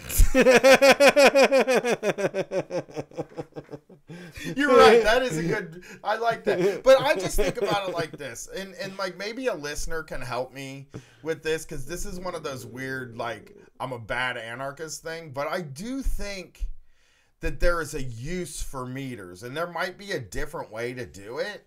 But we need to cycle parking if we can. Now, I also think that we live in an age where we could have meters that turn off if there's plenty of parking. Sure. You know, so like I've driven through parts of Columbus where there's like 100 empty meters and it's like, well, parking isn't worth shit here. Yeah. You know? Like I shouldn't have to pay for it, but I do understand the need for meters because I've seen people, you know, fucking leave their cars on the side of the road for a month. That's not fucking fair, That does happen. Dude. That does happen. Like people, we just talked about this with trash, but it's the same thing with parking. If left to our own devices, we will all irresponsibly park. Every fucking one of us will do that. Go to the city of Philadelphia, Pennsylvania. Louisiana, I love it. New Orleans, Louisiana. It's incredible. Place. I mean, you know, the thing about it is that we don't need to have this level of distrust that we have for each other when it comes to vehicles. No one wants to deal with accidents. No one wants to fucking block you in. But nobody also needs to have their fucking car impounded for parking and parking. You know? Right, yes. Yeah. The thing where they like have tow trucks drivers drive around and like will get you. They get a bounty. I parked to go eat at a restaurant. I wanted to get takeout from a restaurant. I was in there for 10 minutes. And my car got towed while I was in there for 10 minutes. And then I walked, my wife, and we're on a date night, right? And we just got some money in our account. There's probably another version of me telling the story. But we just got $100 from my mom. And we were like, fuck, an extra $100. Let's go get some food and spend an evening together. We fucking get there. The car is gone when we come out of the restaurant. Because I was like, I'll park here. It's 10 minutes. What are they going to fucking do? Yeah. And they were waiting for me to park there. So they got me fair and square. I walked to the tow place because it was like right down the street. They had it all set up, $150. It cost me $150 fucking dollars. That's not fair. That's absolutely not fucking fair. Yeah, that's just a ripoff. That was like they stole my car and made me pay a ransom to get it back. Yeah. I wasn't causing any fucking trouble. No, nobody was out there like, I'm trying to park here. Hey, what's going on here? I'm trying to get in a parking spot. There were like 3 other ones next to me, so if you like lived in that building, you could have parked. There's just no defense for the way that they tow. No, this is one time I went to the bank on this road. There's 6 spaces where they have meters there.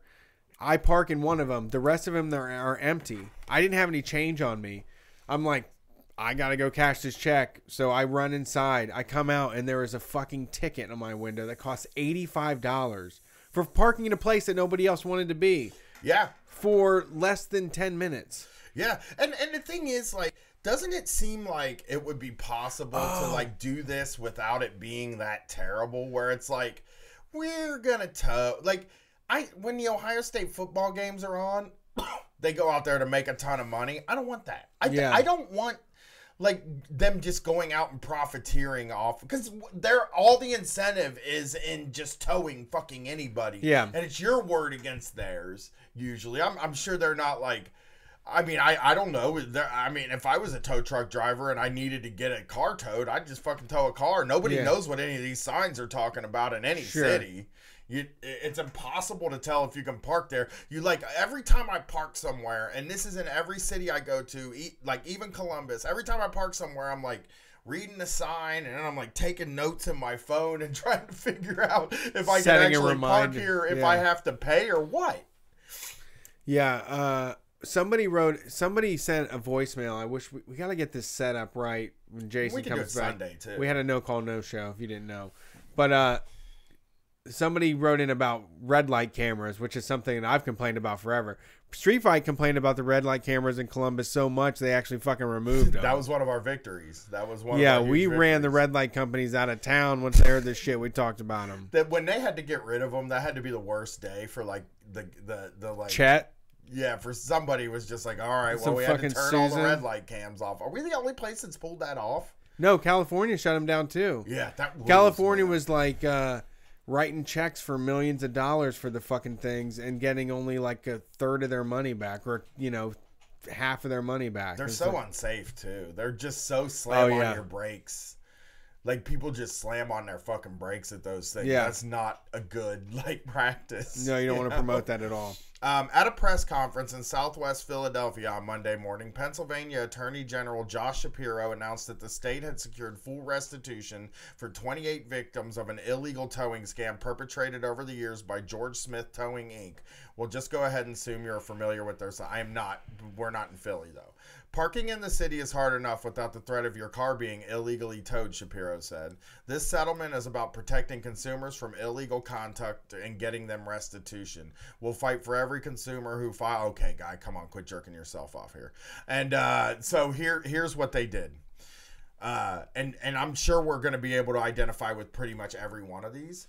An investigation was launched into George Smith Towing by the Attorney General's office in 2017 after several complaints were filed regarding the company's seemingly illegal business practices. The outcome of that probe found that George Smith Towing failed to accept credit cards, which is totally...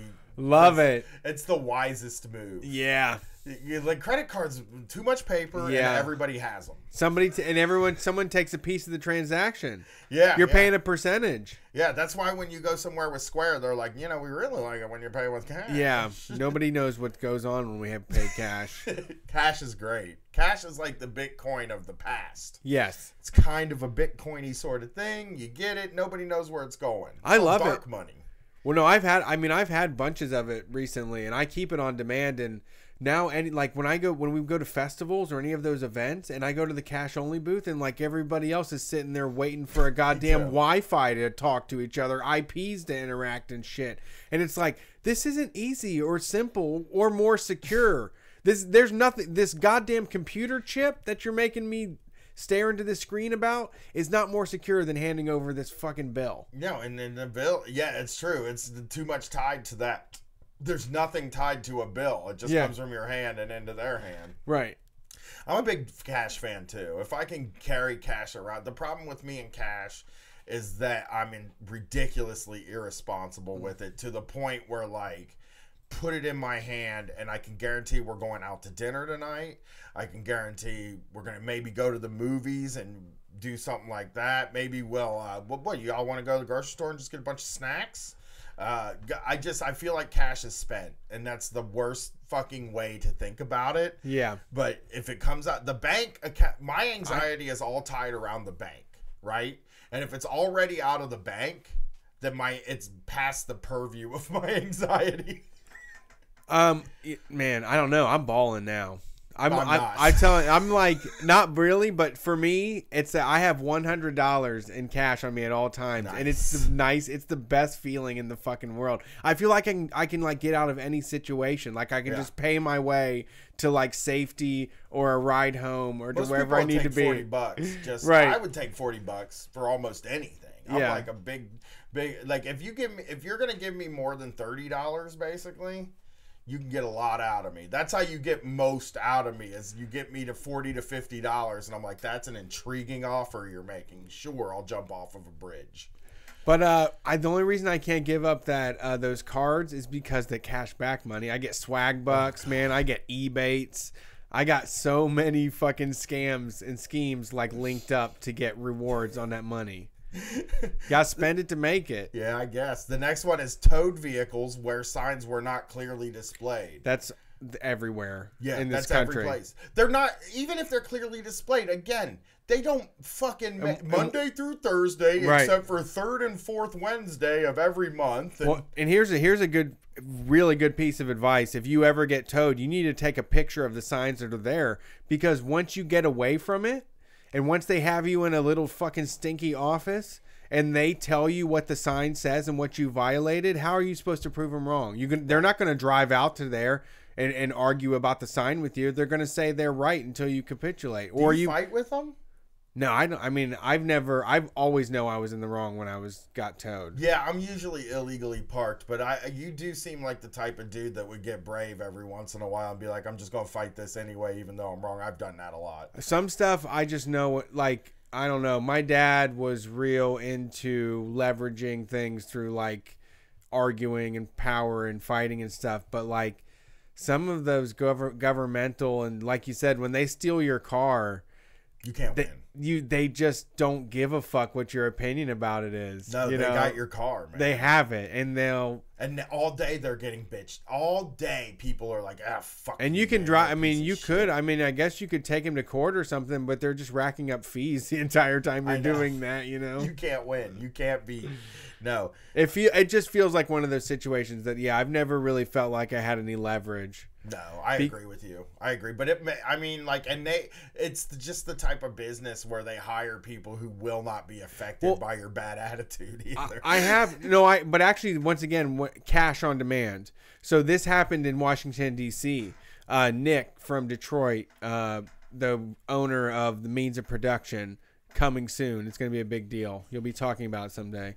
But so when he went down to D.C. to shoot videos for the Sams and District Sentinel, he didn't have his registration together, and he was literally pumping gas, and a tow truck fucking guy rolled up on him right there and tried to snag his shit, and he just bribed him with like $80 cash and was like, skedaddle. $80 cash is a wonderful amount of money to get.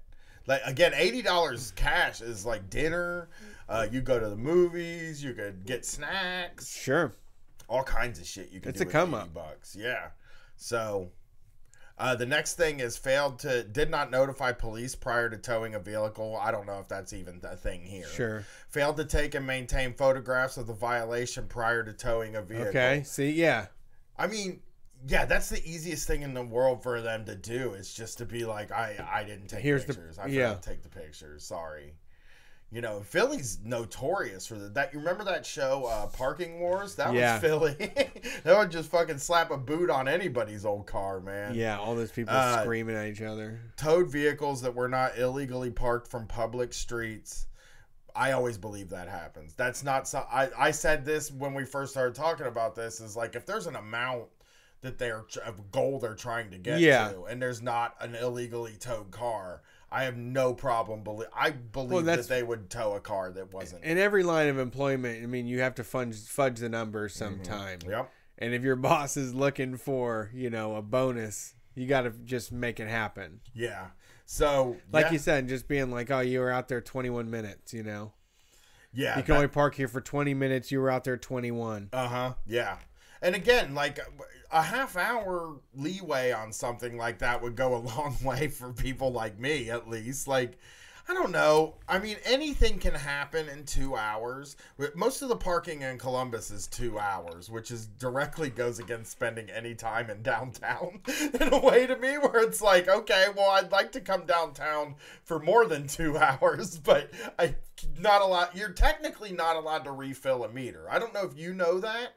Remember that lady that used to refill meters for people in Cleveland, and then the cops busted her? That shit's against the law. We should be doing that, by the way. We should be out there doing that. But I think that person probably like went and found the parking enforcement people and said, "Ha ha! I'm going in front of you and feeding the meters." Yeah, you can't be antagonistic. Yeah, you can't fight with those guys. Brett always wanted to like just get a bunch of our fans a job doing the meter readings. No. Yeah, my idea was basically, well, I guess we could do it like an app maybe at this point, because this idea I cooked up before we could crowdfund things. But basically you would pay $1 to $5 a month into a fund where we would hire a fund, and this fund would be money for people who were willing to take a meter maid job. Well, that's probably sexist or something, isn't it? Yeah, it is. Yeah. Take a meter reader job and do it terribly. Yeah, not be bad at it. So you would take the job for as long as you could keep it going. Say it was 3 months, and then finally got enough violations. When you got fired, the money that we all threw into the pool would go to pay for you to like still have your rent paid for and find your way. It would be like a bit of welfare to get you through to the next gig. But maybe it would be like, and then maybe what would be the next job to put you in that we could ruin? Tow truck driver. To tow truck, yeah. Tow trucks are the worst. Tow truck drivers are doing more to hurt working class people than like a lot of things. They're a real top level like. Well, they're usually small business tyrants. I have an uncle that's a tow truck driver that owns his own tow truck business, so I know what they're like. We'll run a headhunting company and a skills workshop, and we'll teach people how to be tow truck drivers, and we'll give them a certification, and we'll put them on the job, and they will never do their job once. No, I can't. I'm sorry. I had a guy. Oh, it's real bad. He was out there for 80 minutes, and I almost had him, and the sumbitch just jumped right in the vehicle and got away. I had it all hooked up. I had him up on the thing, and I was just about to pull away, and when you know it, it fell off. He jumped in and just took off. It's been a real comedy of errors out here today. Wow. I hate to start my first day like this, but tomorrow's going to be better. I'm going to make you so much money. Like, I saw a guy reading meters, doing the meter reader sort of thing the other day. And, like, I felt like when I looked at him, I understood who he was as a person. Sure. You know, like, I felt like he just had a look about him, I guess. But just young, like, white dude with, like, kind of like ratty hair a little bit and like a goatee. Basically, he looked like me. That's not what I was expecting. And his pants were like cargo pants instead of like the dress pants that they wear oftentimes. Okay. I wear dress pants. He was wearing cargo pants. He had a shirt on. And you could tell he was trying to do I'm going to look as cool as I can in the constraints that I'm being dealt here. I have to wear this uniform. I'm going to express myself. Yeah. Like I told him when I interviewed, I only wear these shorts, and I mean it. I always used to wear a long sleeve black shirt under my polo shirts at the cable company. Okay. So that that was like me being like, I ain't into this polo stuff, man. I don't like this, and they making me wear it, and this kind of adds some style to the thing. Okay. You know, that was what I... You're like Christian Slater, but working for the cable company. Very much like Christian Slater. I was just trying to do anything that made me look a touch cooler, and this is the vibe I got from that guy. Did you, like, bite holes in it so your thumbs would stick out, too? No, I wasn't like that. I mean, I usually ripped holes in it. When you're doing work like that, when you wear it's stupid to wear a long sleeve t-shirt, basically. Because it rips up the whole t-shirt. It just looked good, you know? It was like a style. It doesn't, but I know what you mean. At the time, it did. And it was a style. It was the best I could do with what I had to express what kind of a person I was. What? Always covered up? Like corn guy. Like guy that's into like prog rock and stuff like that. I just thought that it gave me a vibe. You right. know? Like Trent from Daria. Yeah, guy that was into like at the time like Mars Volta. It's something about the long sleeve under the short sleeve though. It's like that's what's cool. Thinking outside because you could get it effectively. You could just wear a short sleeve shirt under the long sleeve. No, that's not what I do though. I put the shirt over. Right, I get it. Yeah, because you couldn't wear the long sleeve shirt, dude. They would never let you wear a shirt that didn't say the name of the company on it. That's true. So you couldn't have it on the outside. I don't know what it was, man. I went through a whole phase where... No, I get it. No, I did the same. Yeah, I just was trying so hard to look somewhat cool. I remember I bought my first pair of work shoes at Chuck E. Cheese. My dumbass went and bought like a decent pair of Nikes because I just wanted to be like, hey, but I still got them I have to wear this rainbow looking shirt and these dumb pants, but I got these stylish kicks on my feet. And I always got in trouble because you're supposed to wear white shoes there, which is like, I mean, it's a restaurant. Yeah, what is that? Yeah. Stupid idea, but that was just people are going to see wanted. how disgusting it is here. So I saw that guy, and I felt like I could sit down with him, and we could have a conversation, and maybe I could talk him into doing his job poorly. Because my curiosity, the thing I'm curious about, but I'm curious about, like, so do you have to write a bunch of citations? Like, what makes you write the citations? Like, why are you even doing it? You don't care. You know, they have to expect you to get some. They always say there's no quota, but I know there's a quota. But there's probably an amount you have to get. If you ain't making that many money, then you're a useless employee. Yeah, they don't fucking need that. Yeah, but I feel like you could not write them. Or like even... But that wouldn't be... Yeah, that would be great. I mean, but they just don't expect that. If anybody knows anybody that's done parking enforcement, I would love to hear from, like, if you're a listener that's done parking enforcement, if you know somebody that might want to call in on the call-in show, I'd love to talk to a parking enforcement because I don't know how it works, but I assume there is probably a quota. I mean, you're a revenue generator, is what your job is. Right. And you probably could get like some Bluetooth speakers or something if you did the most tickets for the month. Those meters ain't making any money, man. Them meters only make like what, $1.75 every 2 hours. Yeah, that's nothing. We get $85 out of those things if we really work hard. Absolutely. So I'm curious about that. You want to read this story from the Washington Post before we get out of here? It's called "Is It Great to Be a Worker in the U.S.?" Sure. I mean, let's hear it. Spoiler alert. Let's see. Who's going down this road again? This is the Washington Post. Andrew Van Dam. Oh, wow. Not related. Not related to... Are you sure? No. Or Rob. Ugh. Mr. Monday Night, Rob Van Dam. He has a tough row to hoe. Yeah. The U.S. labor market is hot. Unemployment is at 3.8%, a level it's hit only once since the 1960s. Damn. And many industries report deep labor shortages.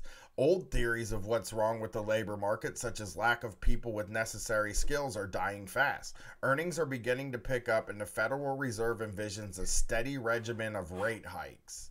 I don't know what that means. So why does a large subset of workers continue to feel left behind? We can find some clues in a new 296-page report from the Organization for Economic Cooperation and Development. I bet they're mean. I can almost guarantee. But a club of advanced and advancing nations that has long been a top source for international economic data and research. Most of the figures are from 2016 or before, but they reflect underlying features of the economies analyzed that continue today. In particular, the report showed the United States unemployed and at-risk workers are getting very little support from the government, and their employed peers are set back by a particularly weak collective bargaining system. So these are things we've talked about a lot. The thing that is really important there is at-risk workers, because like when you say that things aren't going well for at-risk workers, like a high number of workers are at risk. Like that, it feels, I never felt like I wasn't an at-risk worker. If we're talking about just at risk of losing your job. Right. And like, I feel like, I don't know what the definition of at-risk worker is, but I feel like everybody's one of those. We're all, one job loss away from one job loss, one medical emergency away from complete catastrophe. Right. None of us have anything fucking saved. None of us have anything in our savings account that, because they're always like, make sure that you can live for 1 month in your savings account. And Yeah. It's like, well, I don't know who can do that. I know, they have 3 months' salary saved up for emergencies. I'm like, what kind of a fucking emergency? We're going to have to pay for like a prosthetic head or something? I mean, who would ever have that much more Yeah. money? Like, where does It's a that lot of even, extra. where would you even get that? It's a lot of extra. God, I can't even keep 1 month of my salary. I never get to keep any of my salary. Today I had mentioned before that back in Atlanta, someone called on the phone and wanted to set up payment plan for my wife's student debt. And I set up this like 10-month arrangement where I did payments on it, and it's like now back to like normal status, and they're going to like reset up payments and like still owe $28,000. It's crazy to look at that type of money in the face and just be like, I'm not anywhere close. I don't even make that much every year making it's on Street Fight. No. You know, that's not what our wages are here yet. They just sent me mine. I'm 60,000, and they're like, "You're about to default, and if you do that, it'll be 85,000." Yeah, so you don't default ever. Just call and talk to them. Whatever you can do, you got to put in the phone time because it's totally worth it. Because otherwise, it was like when my wife got garnished for so long, 15% of her pay. I mean, we're talking about like thousands of dollars every single year went to that. We're talking about kid tax returns. If you know anything about kid tax returns, it's like classic Volkswagen money. Like you can get a fucking car. You can get a jet ski with a kid tax return. And we had those all taken to go towards the loans, and still that fucking high. And the kids' tax returns are going down now, too. They're not the same as they used to. Oh, I know, yeah. The credits aren't so much. They got rid of a lot of those credits that you used to get. So you missed out on what I would call the roaring OOs when you had your kid. There was a period where I got like $7,000 back, and I was like, watcha matcha. Yeah. It's all gone. I've gotten $7,000 2 times in my life, and it lasted me less than 2 months. Sure. I mean, it goes quick. You're surprised. I don't know what I would have. 200,000. I don't know what I would have to like inherit. And then as soon as I said that, I was like, 200K. Yeah, that's all I need. And if I was one of those rich kid, what were they, cake eaters? If I was one of those rich kids, I would just be like, when my parents die, I'm gonna get $200,000, and everything's gonna be like, I'd have something to hold on to for the future. I'm never going to get $200,000, Brett. Oh, that dream's never going to happen for me. I know it. Street Fight will get you that. Lord, please do that. Lord willing. Please, Lord, get $200,000. I can make my whole rest of my life work. I promise. That's like a retirement plan for me. I know they say you need $1 million. I need $200,000, and I can make it work. That's my dream amount of money, dude. I'm not being unrealistic. That would be like the lottery for me. Oh, you would. I just could imagine how horribly you would waste that. But I would pay the bills, though. You would probably like renovate your apartment. Yeah. You would spend all your money renovating your apartment. I would probably do so. I would pay my rent for the rest of the year and then do renovations and then also get my like I said, I just pay my student loans off and my wife's student loans off. Okay. And then we're looking at $80,000 left over. So I can. What can't you do with 80? What kind of? You can do anything with $80,000. Yeah, I mean that's true. I could buy a goddamn fucking Rolls Royce probably. Yeah, a classic one. Oh, you couldn't get the new ones? No. What do they run? I don't know. I could get an exotic car probably. A Beamer. I could get. Yeah, sure. I could get something like that. I mean, honestly, the Rolls. I mean, the $80,000 is getting you like one of those nice trucks that the conservatives are driving these days. Really. Oh God, we noticed that on the road. Brett and I really noticed something on the road lately. The Blue Lives Matter flags, the ones that are sort of ubiquitous on the back. Yeah, the Rolls is about $250,000. Woo! Yeah, it's gonna take. You're gonna have to trade in all your money for a Rolls. I can't imagine anything being more than $80,000 on the plane. I don't know why. People are doing. I'm telling you right now, guy that has $100 in my pocket and literally stays up in the middle of the night feeling guilty about it. Yeah. And then I think about people that have cars that are more than I've ever made in my life. I can't even imagine a car being more than, like, when I say $80,000, I'm just like, that's like, I mean, you're driving a car made out of gold with that. Sure, amount of money. that's one of those Saudi Arabian prince, like the Lamborghinis that have like the prism paint on them, that reflective shit. I don't think anybody should be allowed to have more than $200,000. No, that's a good cap. Like, we're just like, look, you can get lots. You can get all the clothes you need all the food, and have a house and travel. And it's really, you know what it is? It's about moving freely. To be honest, like now that I guess in a more secure place with my wife's career, that's really who's doing all the heavy lifting here. Is that like having just peace of mind is a matter of not constantly, like you always talk about, checking the bank account and melting down over something as simple as buying some organizational bins for the hall closet or something, having an extra $35 for like a shoe tree or something stupid. Yeah. Right. Just something, but like but then you think about the people that just on a Friday night spend thousands of dollars on expensive liquor. Dude, I think about people on a Friday night that spend $300 on one night. I'm just like, who does that? That's I know. Amount of money. No, it's hard to hang. Big city living, man. My wife has been wrapped up into those parties before where she just goes out with people from work and then ends up at some like exclusive bowling alley where everybody spends $225 and you're like, how is that possible? Yeah. What? How? What? In one night. What did they do? Did they cry when they went home? They just played New Radicals on a big screen for everybody? I'm telling you, dude, I would cry when I got home.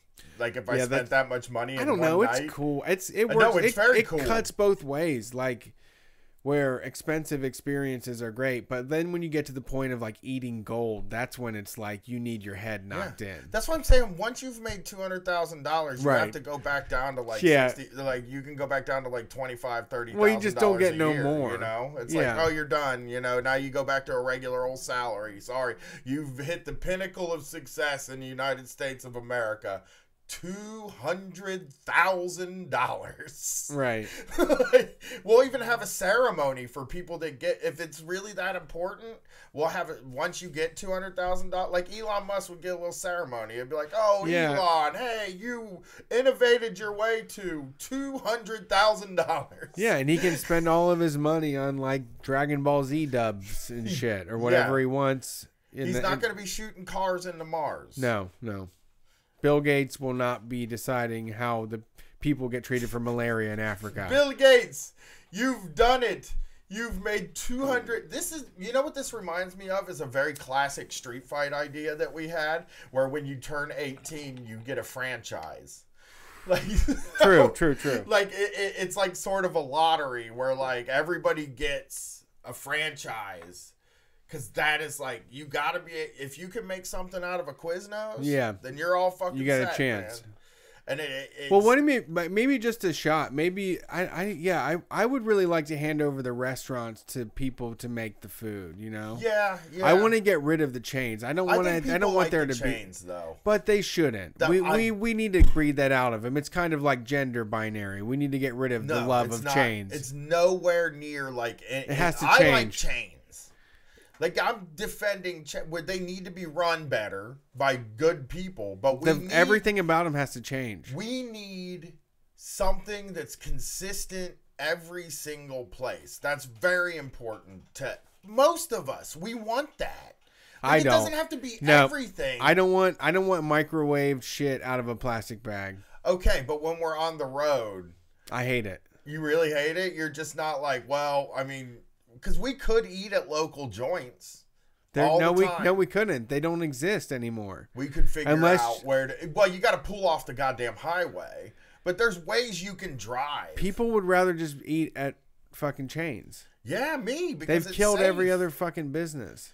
Yeah, I totally get what you're saying. And I think you're right in like some respects where, I mean, I would agree with you that like the food's not good but there is a thing that we've grown accustomed to that's sort of a familiarity with things. Yeah. And it makes us feel good and we like it. That doesn't mean that's all that should exist. I don't want that to be all that exists. But I mean, I feel like we can live in a world where we could have like a standardized menu across the country of some sort that doesn't have to exploit workers. You're like a nationalized hamburger. Yeah, like Five Guys is fine. It's okay. It's Five Guys. Well, if you're saying hamburger, I'm just trying to. I'm just giving throwing you it my out there. My favorite burger. Sure. Now, ask me a food, and I'll tell you what would be the standard. But then, like I said, you can deviate and do anything you want. Ask me a food. Taco. Oof. We got to do Chipotle for that. That you would think be so? The standard. Okay. Yeah, I think that would be the standard taco. And then we'll have Chipotles everywhere, just like we do now. But they'll be run by good people that are good at what they do. And there'll be taco trucks that'll have the same amount of power as the Chipotle. Because again, the Chipotle can only really make $200,000. Like they're not allowed to make more. I just, I like the standardization in one way. Because, like, I've had some very nightmare experiences at restaurants outside of the city. I mean, anybody can watch the Boss Burger thing, and that was just not a good experience. Yeah. It was a funny experience, and it led to a lot of really funny jokes with our friends. But when somebody orders food, and then they leave the restaurant and just don't, they paid for the food, but they saw everybody else's food, and they're like, we're getting the fuck out of here. I don't want it. McDonald's. That's the sort of thing I want that option to be there, where it's like, well, I don't want that. I'm leaving. I don't want my money back. I'm fucking done. Right. I'll go to a safe place. And McDonald's isn't good, but it's safe, True. I guess. I don't even know, because I don't think, I've been thinking a lot about, the health department doesn't look at the health department doesn't look at McDonald's in the same way it looks at, like, Dirty Frank's or some other smaller business. I don't think it'd be just as dirty. There's nothing more safe, I guess. I don't know. I'm just fucking talking out of my ass. No, I know. I agree. I love the change, too. There's something... The only reason that I like him, though, is just because I have a kid and that I was addicted to him when I was a kid. So now when I see that she's amazed that you can go through a drive-thru and get fucking food, which, is not it's not the worst thing. So I want to end. It is the worst thing, though, actually. It is. Bad. So they're cutting down all the rainforest. I know. So I want to end the show with something that happened to Brett. And we did have a no-call, no-show tonight, if you remember. The employee didn't show up. Luckily, we're short-staffed. We're short-staffed tonight. And Adam showed up and helped us out there from the Southpaws podcast, Sports and Leftism. He's Crappy Oats on Twitter, and he's a sweetheart. He took a walk with me, Brett. Okay. Like he did a big walk? Brian Quinby walk. How many hours? How many hours? Small walk. It's 2.5. 2.5 hour walk. Yeah, he said it's the biggest walk he's ever taken. He said he was chafed, too. Yeah, it's my normal day. That's like my regular walk. Okay. It's my, just a trot. 8 miles, really. It's nothing. Mm-hmm. I usually try to extend that walk any chance I get. So, congrats to Adam. If you're in a city and you can do this at 2:00 and I'm coming to your town, I will walk with you. Okay. But it's got to be like 8 miles. You got to give me a long boy. And you can walk with me. You just tell me where the cool parts of the city is. We'll go look at everything. And then when we get back, maybe I'll make you a badge and you're a Street Fight Power listener. There's very few of them. Brett is one, but only because he hosts the show with me. Of course, he's a power user is what we're calling him. Adam survived a walk. My wife survived a walk. Gwen has survived a walk. And I'm going to be honest with you. Drew Toothpaste too, right? Drew Toothpaste is also survived a walk. And I'm going to be honest with you. Brett has actually survived walks with me. When? In Asheville. We walked like 17,000 Did steps. we? Yeah, we did. We walked all over that place. She was complaining, though, like crazy, which I should take points off. but I'm going to let them go. So if I don't we're remember touring, complaining. we're going to announce tour dates soon. I already told somebody I'd walk in Minneapolis with them so that they can become a Street Fight Power user. Yeah, we might do a walk from St. Paul to Minneapolis. Yeah, we have to perform in the place that Janet Jackson sang about. Yeah, but we can start. We can start in St. Paul, and we're gonna walk. We'll just take a walk. So anyway, I'm walking. Yes, sirree, I'm walking. So we had a real. We have a no call no show, which is labor coming back to get us for being an artist now. I guess right. Like instead of being real workers. Now we do this for a living. We're small business tyrants. And it came and got us. Here's something that happened to Brett and I last week when we were traveling to D.C. We were trying to get something to eat. And we were very fucking hungry. And we stopped at a Quiznos. And they were going to close in 35 minutes. So we were like, nope, we're not going to eat there. You're the worst person in the fucking world if you do that. Right. I mean, just... I guess you were feeling guilty about it. I watched like 6 people go and order fucking sandwiches, and I'm like, I don't think we should feel bad about this. Yeah, I did though. I felt that's when they're open until right, but I know what the workers feel like when you walk. Yeah, the grill has been scraped down. They're cooking on like a quarter of it. Yeah, you walk in there 25 minutes before they close, and they're just like, fuck, I fucking just covered everything, you know? Yeah. Like, and I just don't want to be that person. It's the worst. If you've worked in a restaurant, you know that the people that come up just before the place closes are the worst. So we left, and we drove another probably fucking hour, right? Hour and a half? 45 minutes. We're getting close to 10 p.m., and neither one of us have eaten dinner. We pull over, and we're like, we're going to go eat. First of all, I tried to talk Brett into Pizza Hut, and he was like, not having it. No, I won't put that in my mouth. I've never seen somebody turn down something with such like, nope, we're not in Pizza Hut. Yeah, I'm fucking hungry. I don't cross that line. And he was like, this is a classic Pizza Hut, too. It was like a nice one. They boy. had the big red cups in there. So, a stinky old pizza bar, and probably the sit-down Pac-Man machines. Yeah, so no Pizza Hut. And then we see Popeyes, and I'm like, Brett's like, they got seafood at Popeyes. Let's just go there. We get there. They're about to close in 35 minutes, right? Or so? Yeah, but about like, half hour, yeah. Man, I am so fucking this is hungry. when I was, and I was like, so, I mean, you wouldn't eat the Quiznos. How about now? And yeah. So we go in there, and it takes a minute for the guy to get to the counter. And then we both go to, Brett, I think, goes to order, and he's like, we don't have that. And then Brett's like, well, I'll just have a po' boy. And he was like, the po' boy machine is already off. Yeah. He said we already shut down the po' boy machine. Now, I don't know what that is. I don't know what the po' boy machine is, but the first thing Brett said, because we were laughing about there being a po' boy machine, because it just doesn't seem like an ice cream or something that just pours them out. Extrudes them. We were just laughing about how in 20 years or in 10 years we're going to be doing the call-in show, and some guy is going to call in. It's like, I used to work at Popeyes, and these two dumb fuckers walked in there right before we were going to close, and they asked for a po' boy, and I said, po' boy machine's not on, and then we'll get a big laugh out of like, what a couple of fucking jerks, you know? Yeah. So that was the other thing they got back at. He fucking straight up turned around and pointed. Yeah, he did like, too. He was like, this is all the food we have. This is all you're getting. He said basically what you see right here is what you can get. It was not very much stuff. So we took off and ended up at an IHOP, which is IHOP is sad, dude. Is it? It was just us and one other grandpa. Yeah, family. bad grandpas. Yeah, he wasn't the worst grandpa. He ate like 7 pancakes. He got a side of a pancake with his hamburger. I was so into watching that guy eat. He was like, I should have got 3 more pancakes. Yeah. And then his granddaughter handed him a pancake, and he's like, I'll eat that pancake. And I'm like, God damn, dude. Somebody ordered an extra, and then he was like, and they were like, I think Grandpa wants one too. And he's like, oh, I guess I will. And he gets another pancake.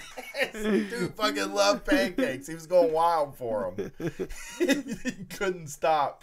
And so that was fun. It was fine. I mean, I tried the burg. You know, I'm a burg master. I'm a guy that loves a good burger. So they do the IHOP thing. It wasn't the worst thing. And where I had a burger, it was pretty good.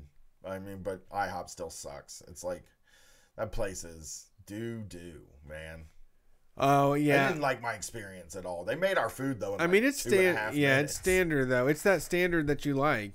That's true. I mean, it's That's the same true. slop everywhere you go. That's true. Well, Brett, that was really fun. No, I know what you mean, man. I do like some of the fast food staples, but like, they're just old to me at this point. Like Taco Bell is not interesting. I can't believe you have the sauce in your refrigerator. That just fucking blows me away. It's just so generic. It's so fucking generic. I'm a fucking robot, dude. I'm telling you. Like, it's the same thing with Reese cups, dude. It's just I've had enough. There's better flavors. I understand. They've done better.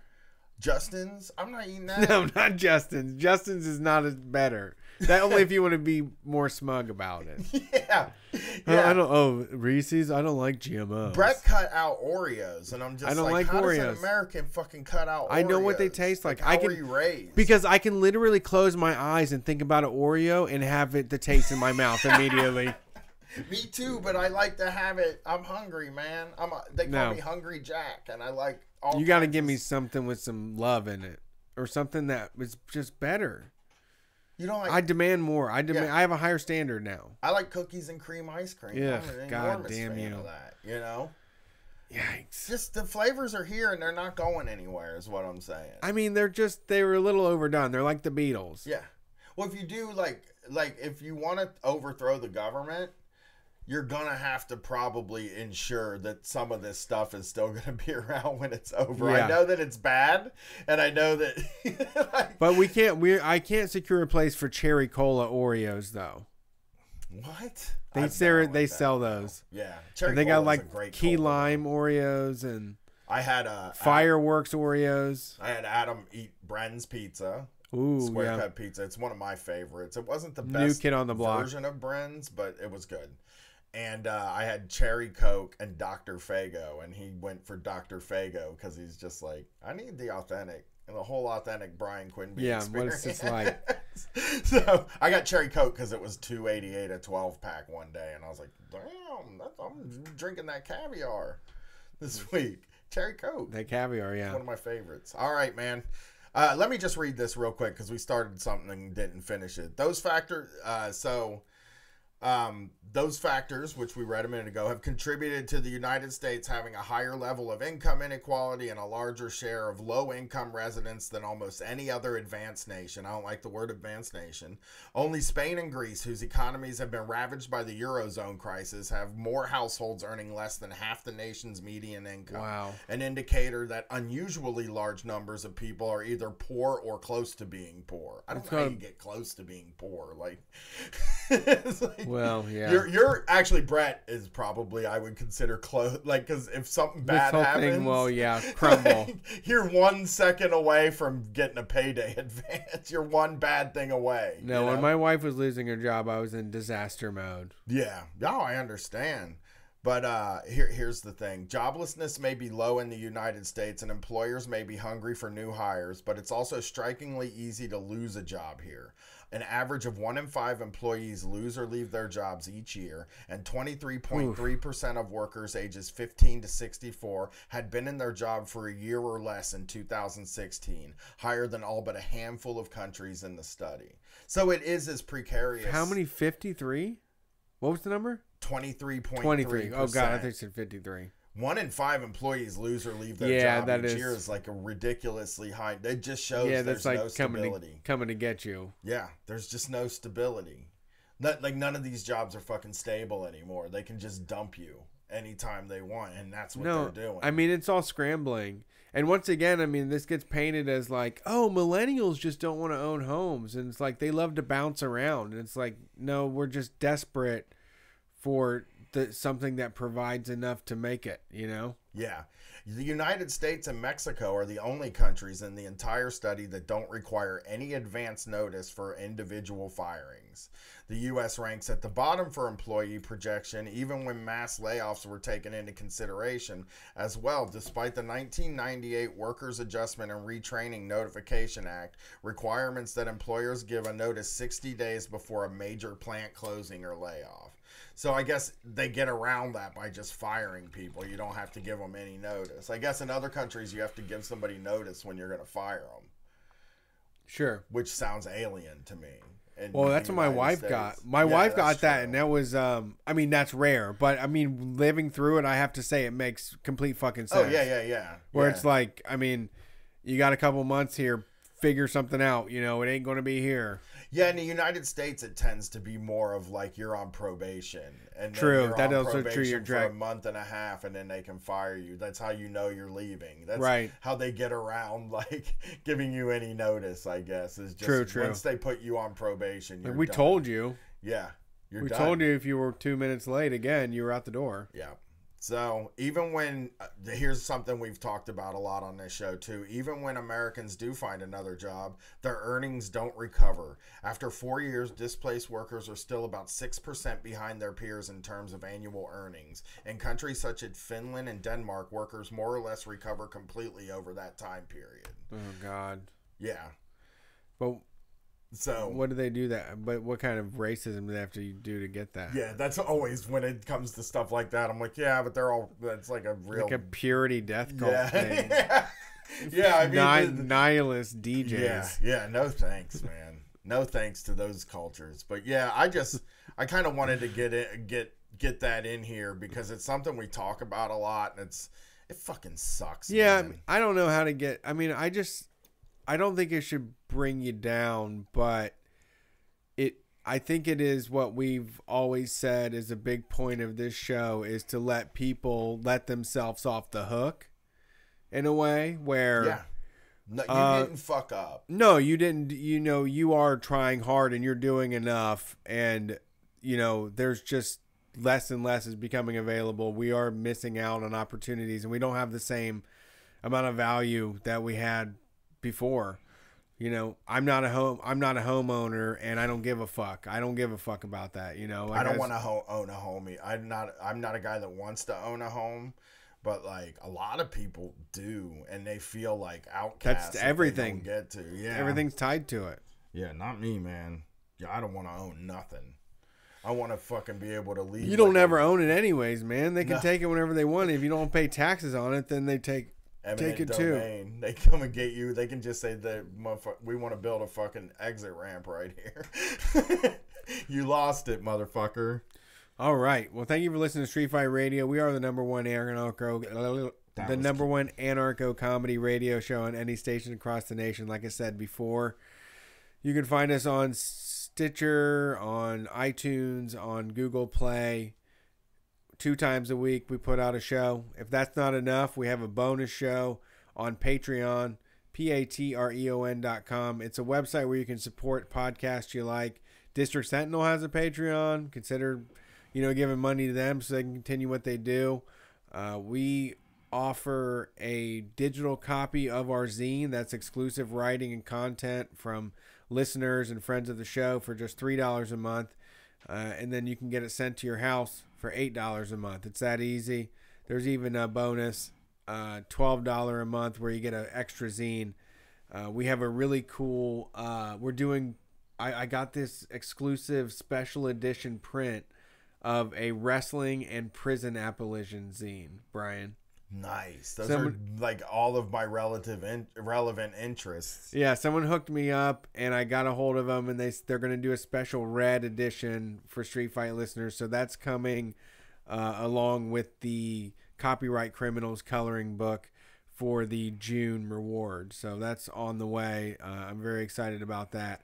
And if you want to also support what we do, we raised $700. That was all money that came in. I made sure that we paid Nathan and the sound guy and the bar and everybody else. And Brian and I had to eat terrible IHOP and other gross things and pay for gas. So In order to make this show work, we have to do some fucking down and dirty capitalism and sell some goddamn drugs. Hey, let me say something about that, though. For all the listeners, we had the fucking absolute best time on the road, and it reminded us why we liked traveling together and doing stuff. So that was a positive, right? It was. We lost money, but it gave us our joy back. That's true. It was a... Because we both at different times remarked to each other like, it's goddamn fun when it's just me and you screwing around. It doesn't make it more enjoyable. But yeah, so we offer CBD products. If you don't know what CBD is, it's something that used to be in weed, and then THC got everybody fucked up and they ignored CBD. But now that they've like fucked around with it in recreational places and doing science on weed, CBD is just like calm you down, anxiety, make you go to bed chemical that you can just eat. Or we have capsules, we have tinctures, we have terpsilates, all kinds of different stuff over at store.streetfightradio.com. Our other favorite, what Brian and I call a thinking herb, is kratom. It's powdered leaf that gets your fucking mind right and makes you feel great. Comes in red, green, white, and yellow. All have different properties. We offer a sampler for just $20 over on the Street Fight website, store.streetfightradio.com. 100 grams of kratom sampler pack for $20. So if you're interested, check it out. We also offer kilos. We can be your number one supply for kratom. No more lutein kratom. Patreon kicked us out, so we are the plug when it comes to your thinking herbs. Thank you for supporting the show and what we do. We're going to continue this, spreading this mess across the U.S. Oh, yeah, we're also going to come to the Midwest. Brian and I got tickets for All In on September 1st, and we're going to we're going to do a live show in Chicago. I talked to Ambra from Season of the Bitch. I think that's going to happen as well. And we are going to depart from there to Minneapolis, from Minneapolis to Des Moines, from Des Moines to Kansas City, and from Kansas City to St. Louis, somewhere in the September 2nd to September 10th range. I don't have all of that nailed down. If you know of any venues in those places that you think we should perform, you can send an email to streetfightradio@gmail.com.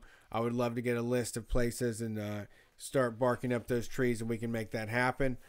We've also looked into getting this West Coast tour happening October, November, somewhere in the fall. Expect us, Seattle, Portland, San Fran, LA. I'm going to get tattooed by Dog Punk, the guy that did the wrestling tour poster, the one in New York that we did with Kath and Rachel. So lots of exciting things happening in Street Fight Radio world. Please stay tuned. Find us on social media. We're at StreetFightWCRS on Snapchat, Instagram, Facebook, and Twitter. Brian is on Twitter. He's at Murder Brian. I'm on Facebook, Instagram, Snapchat, Twitter, at Brett Payne, BRETTPAIN. Call-in show's back this week, and who knows if we're going on tour, how many more of those, how many more in a row you're going to get. So be there. Yeah, I have a vacation too. I'm going on at the beginning of August, but this Sunday we are taking your calls.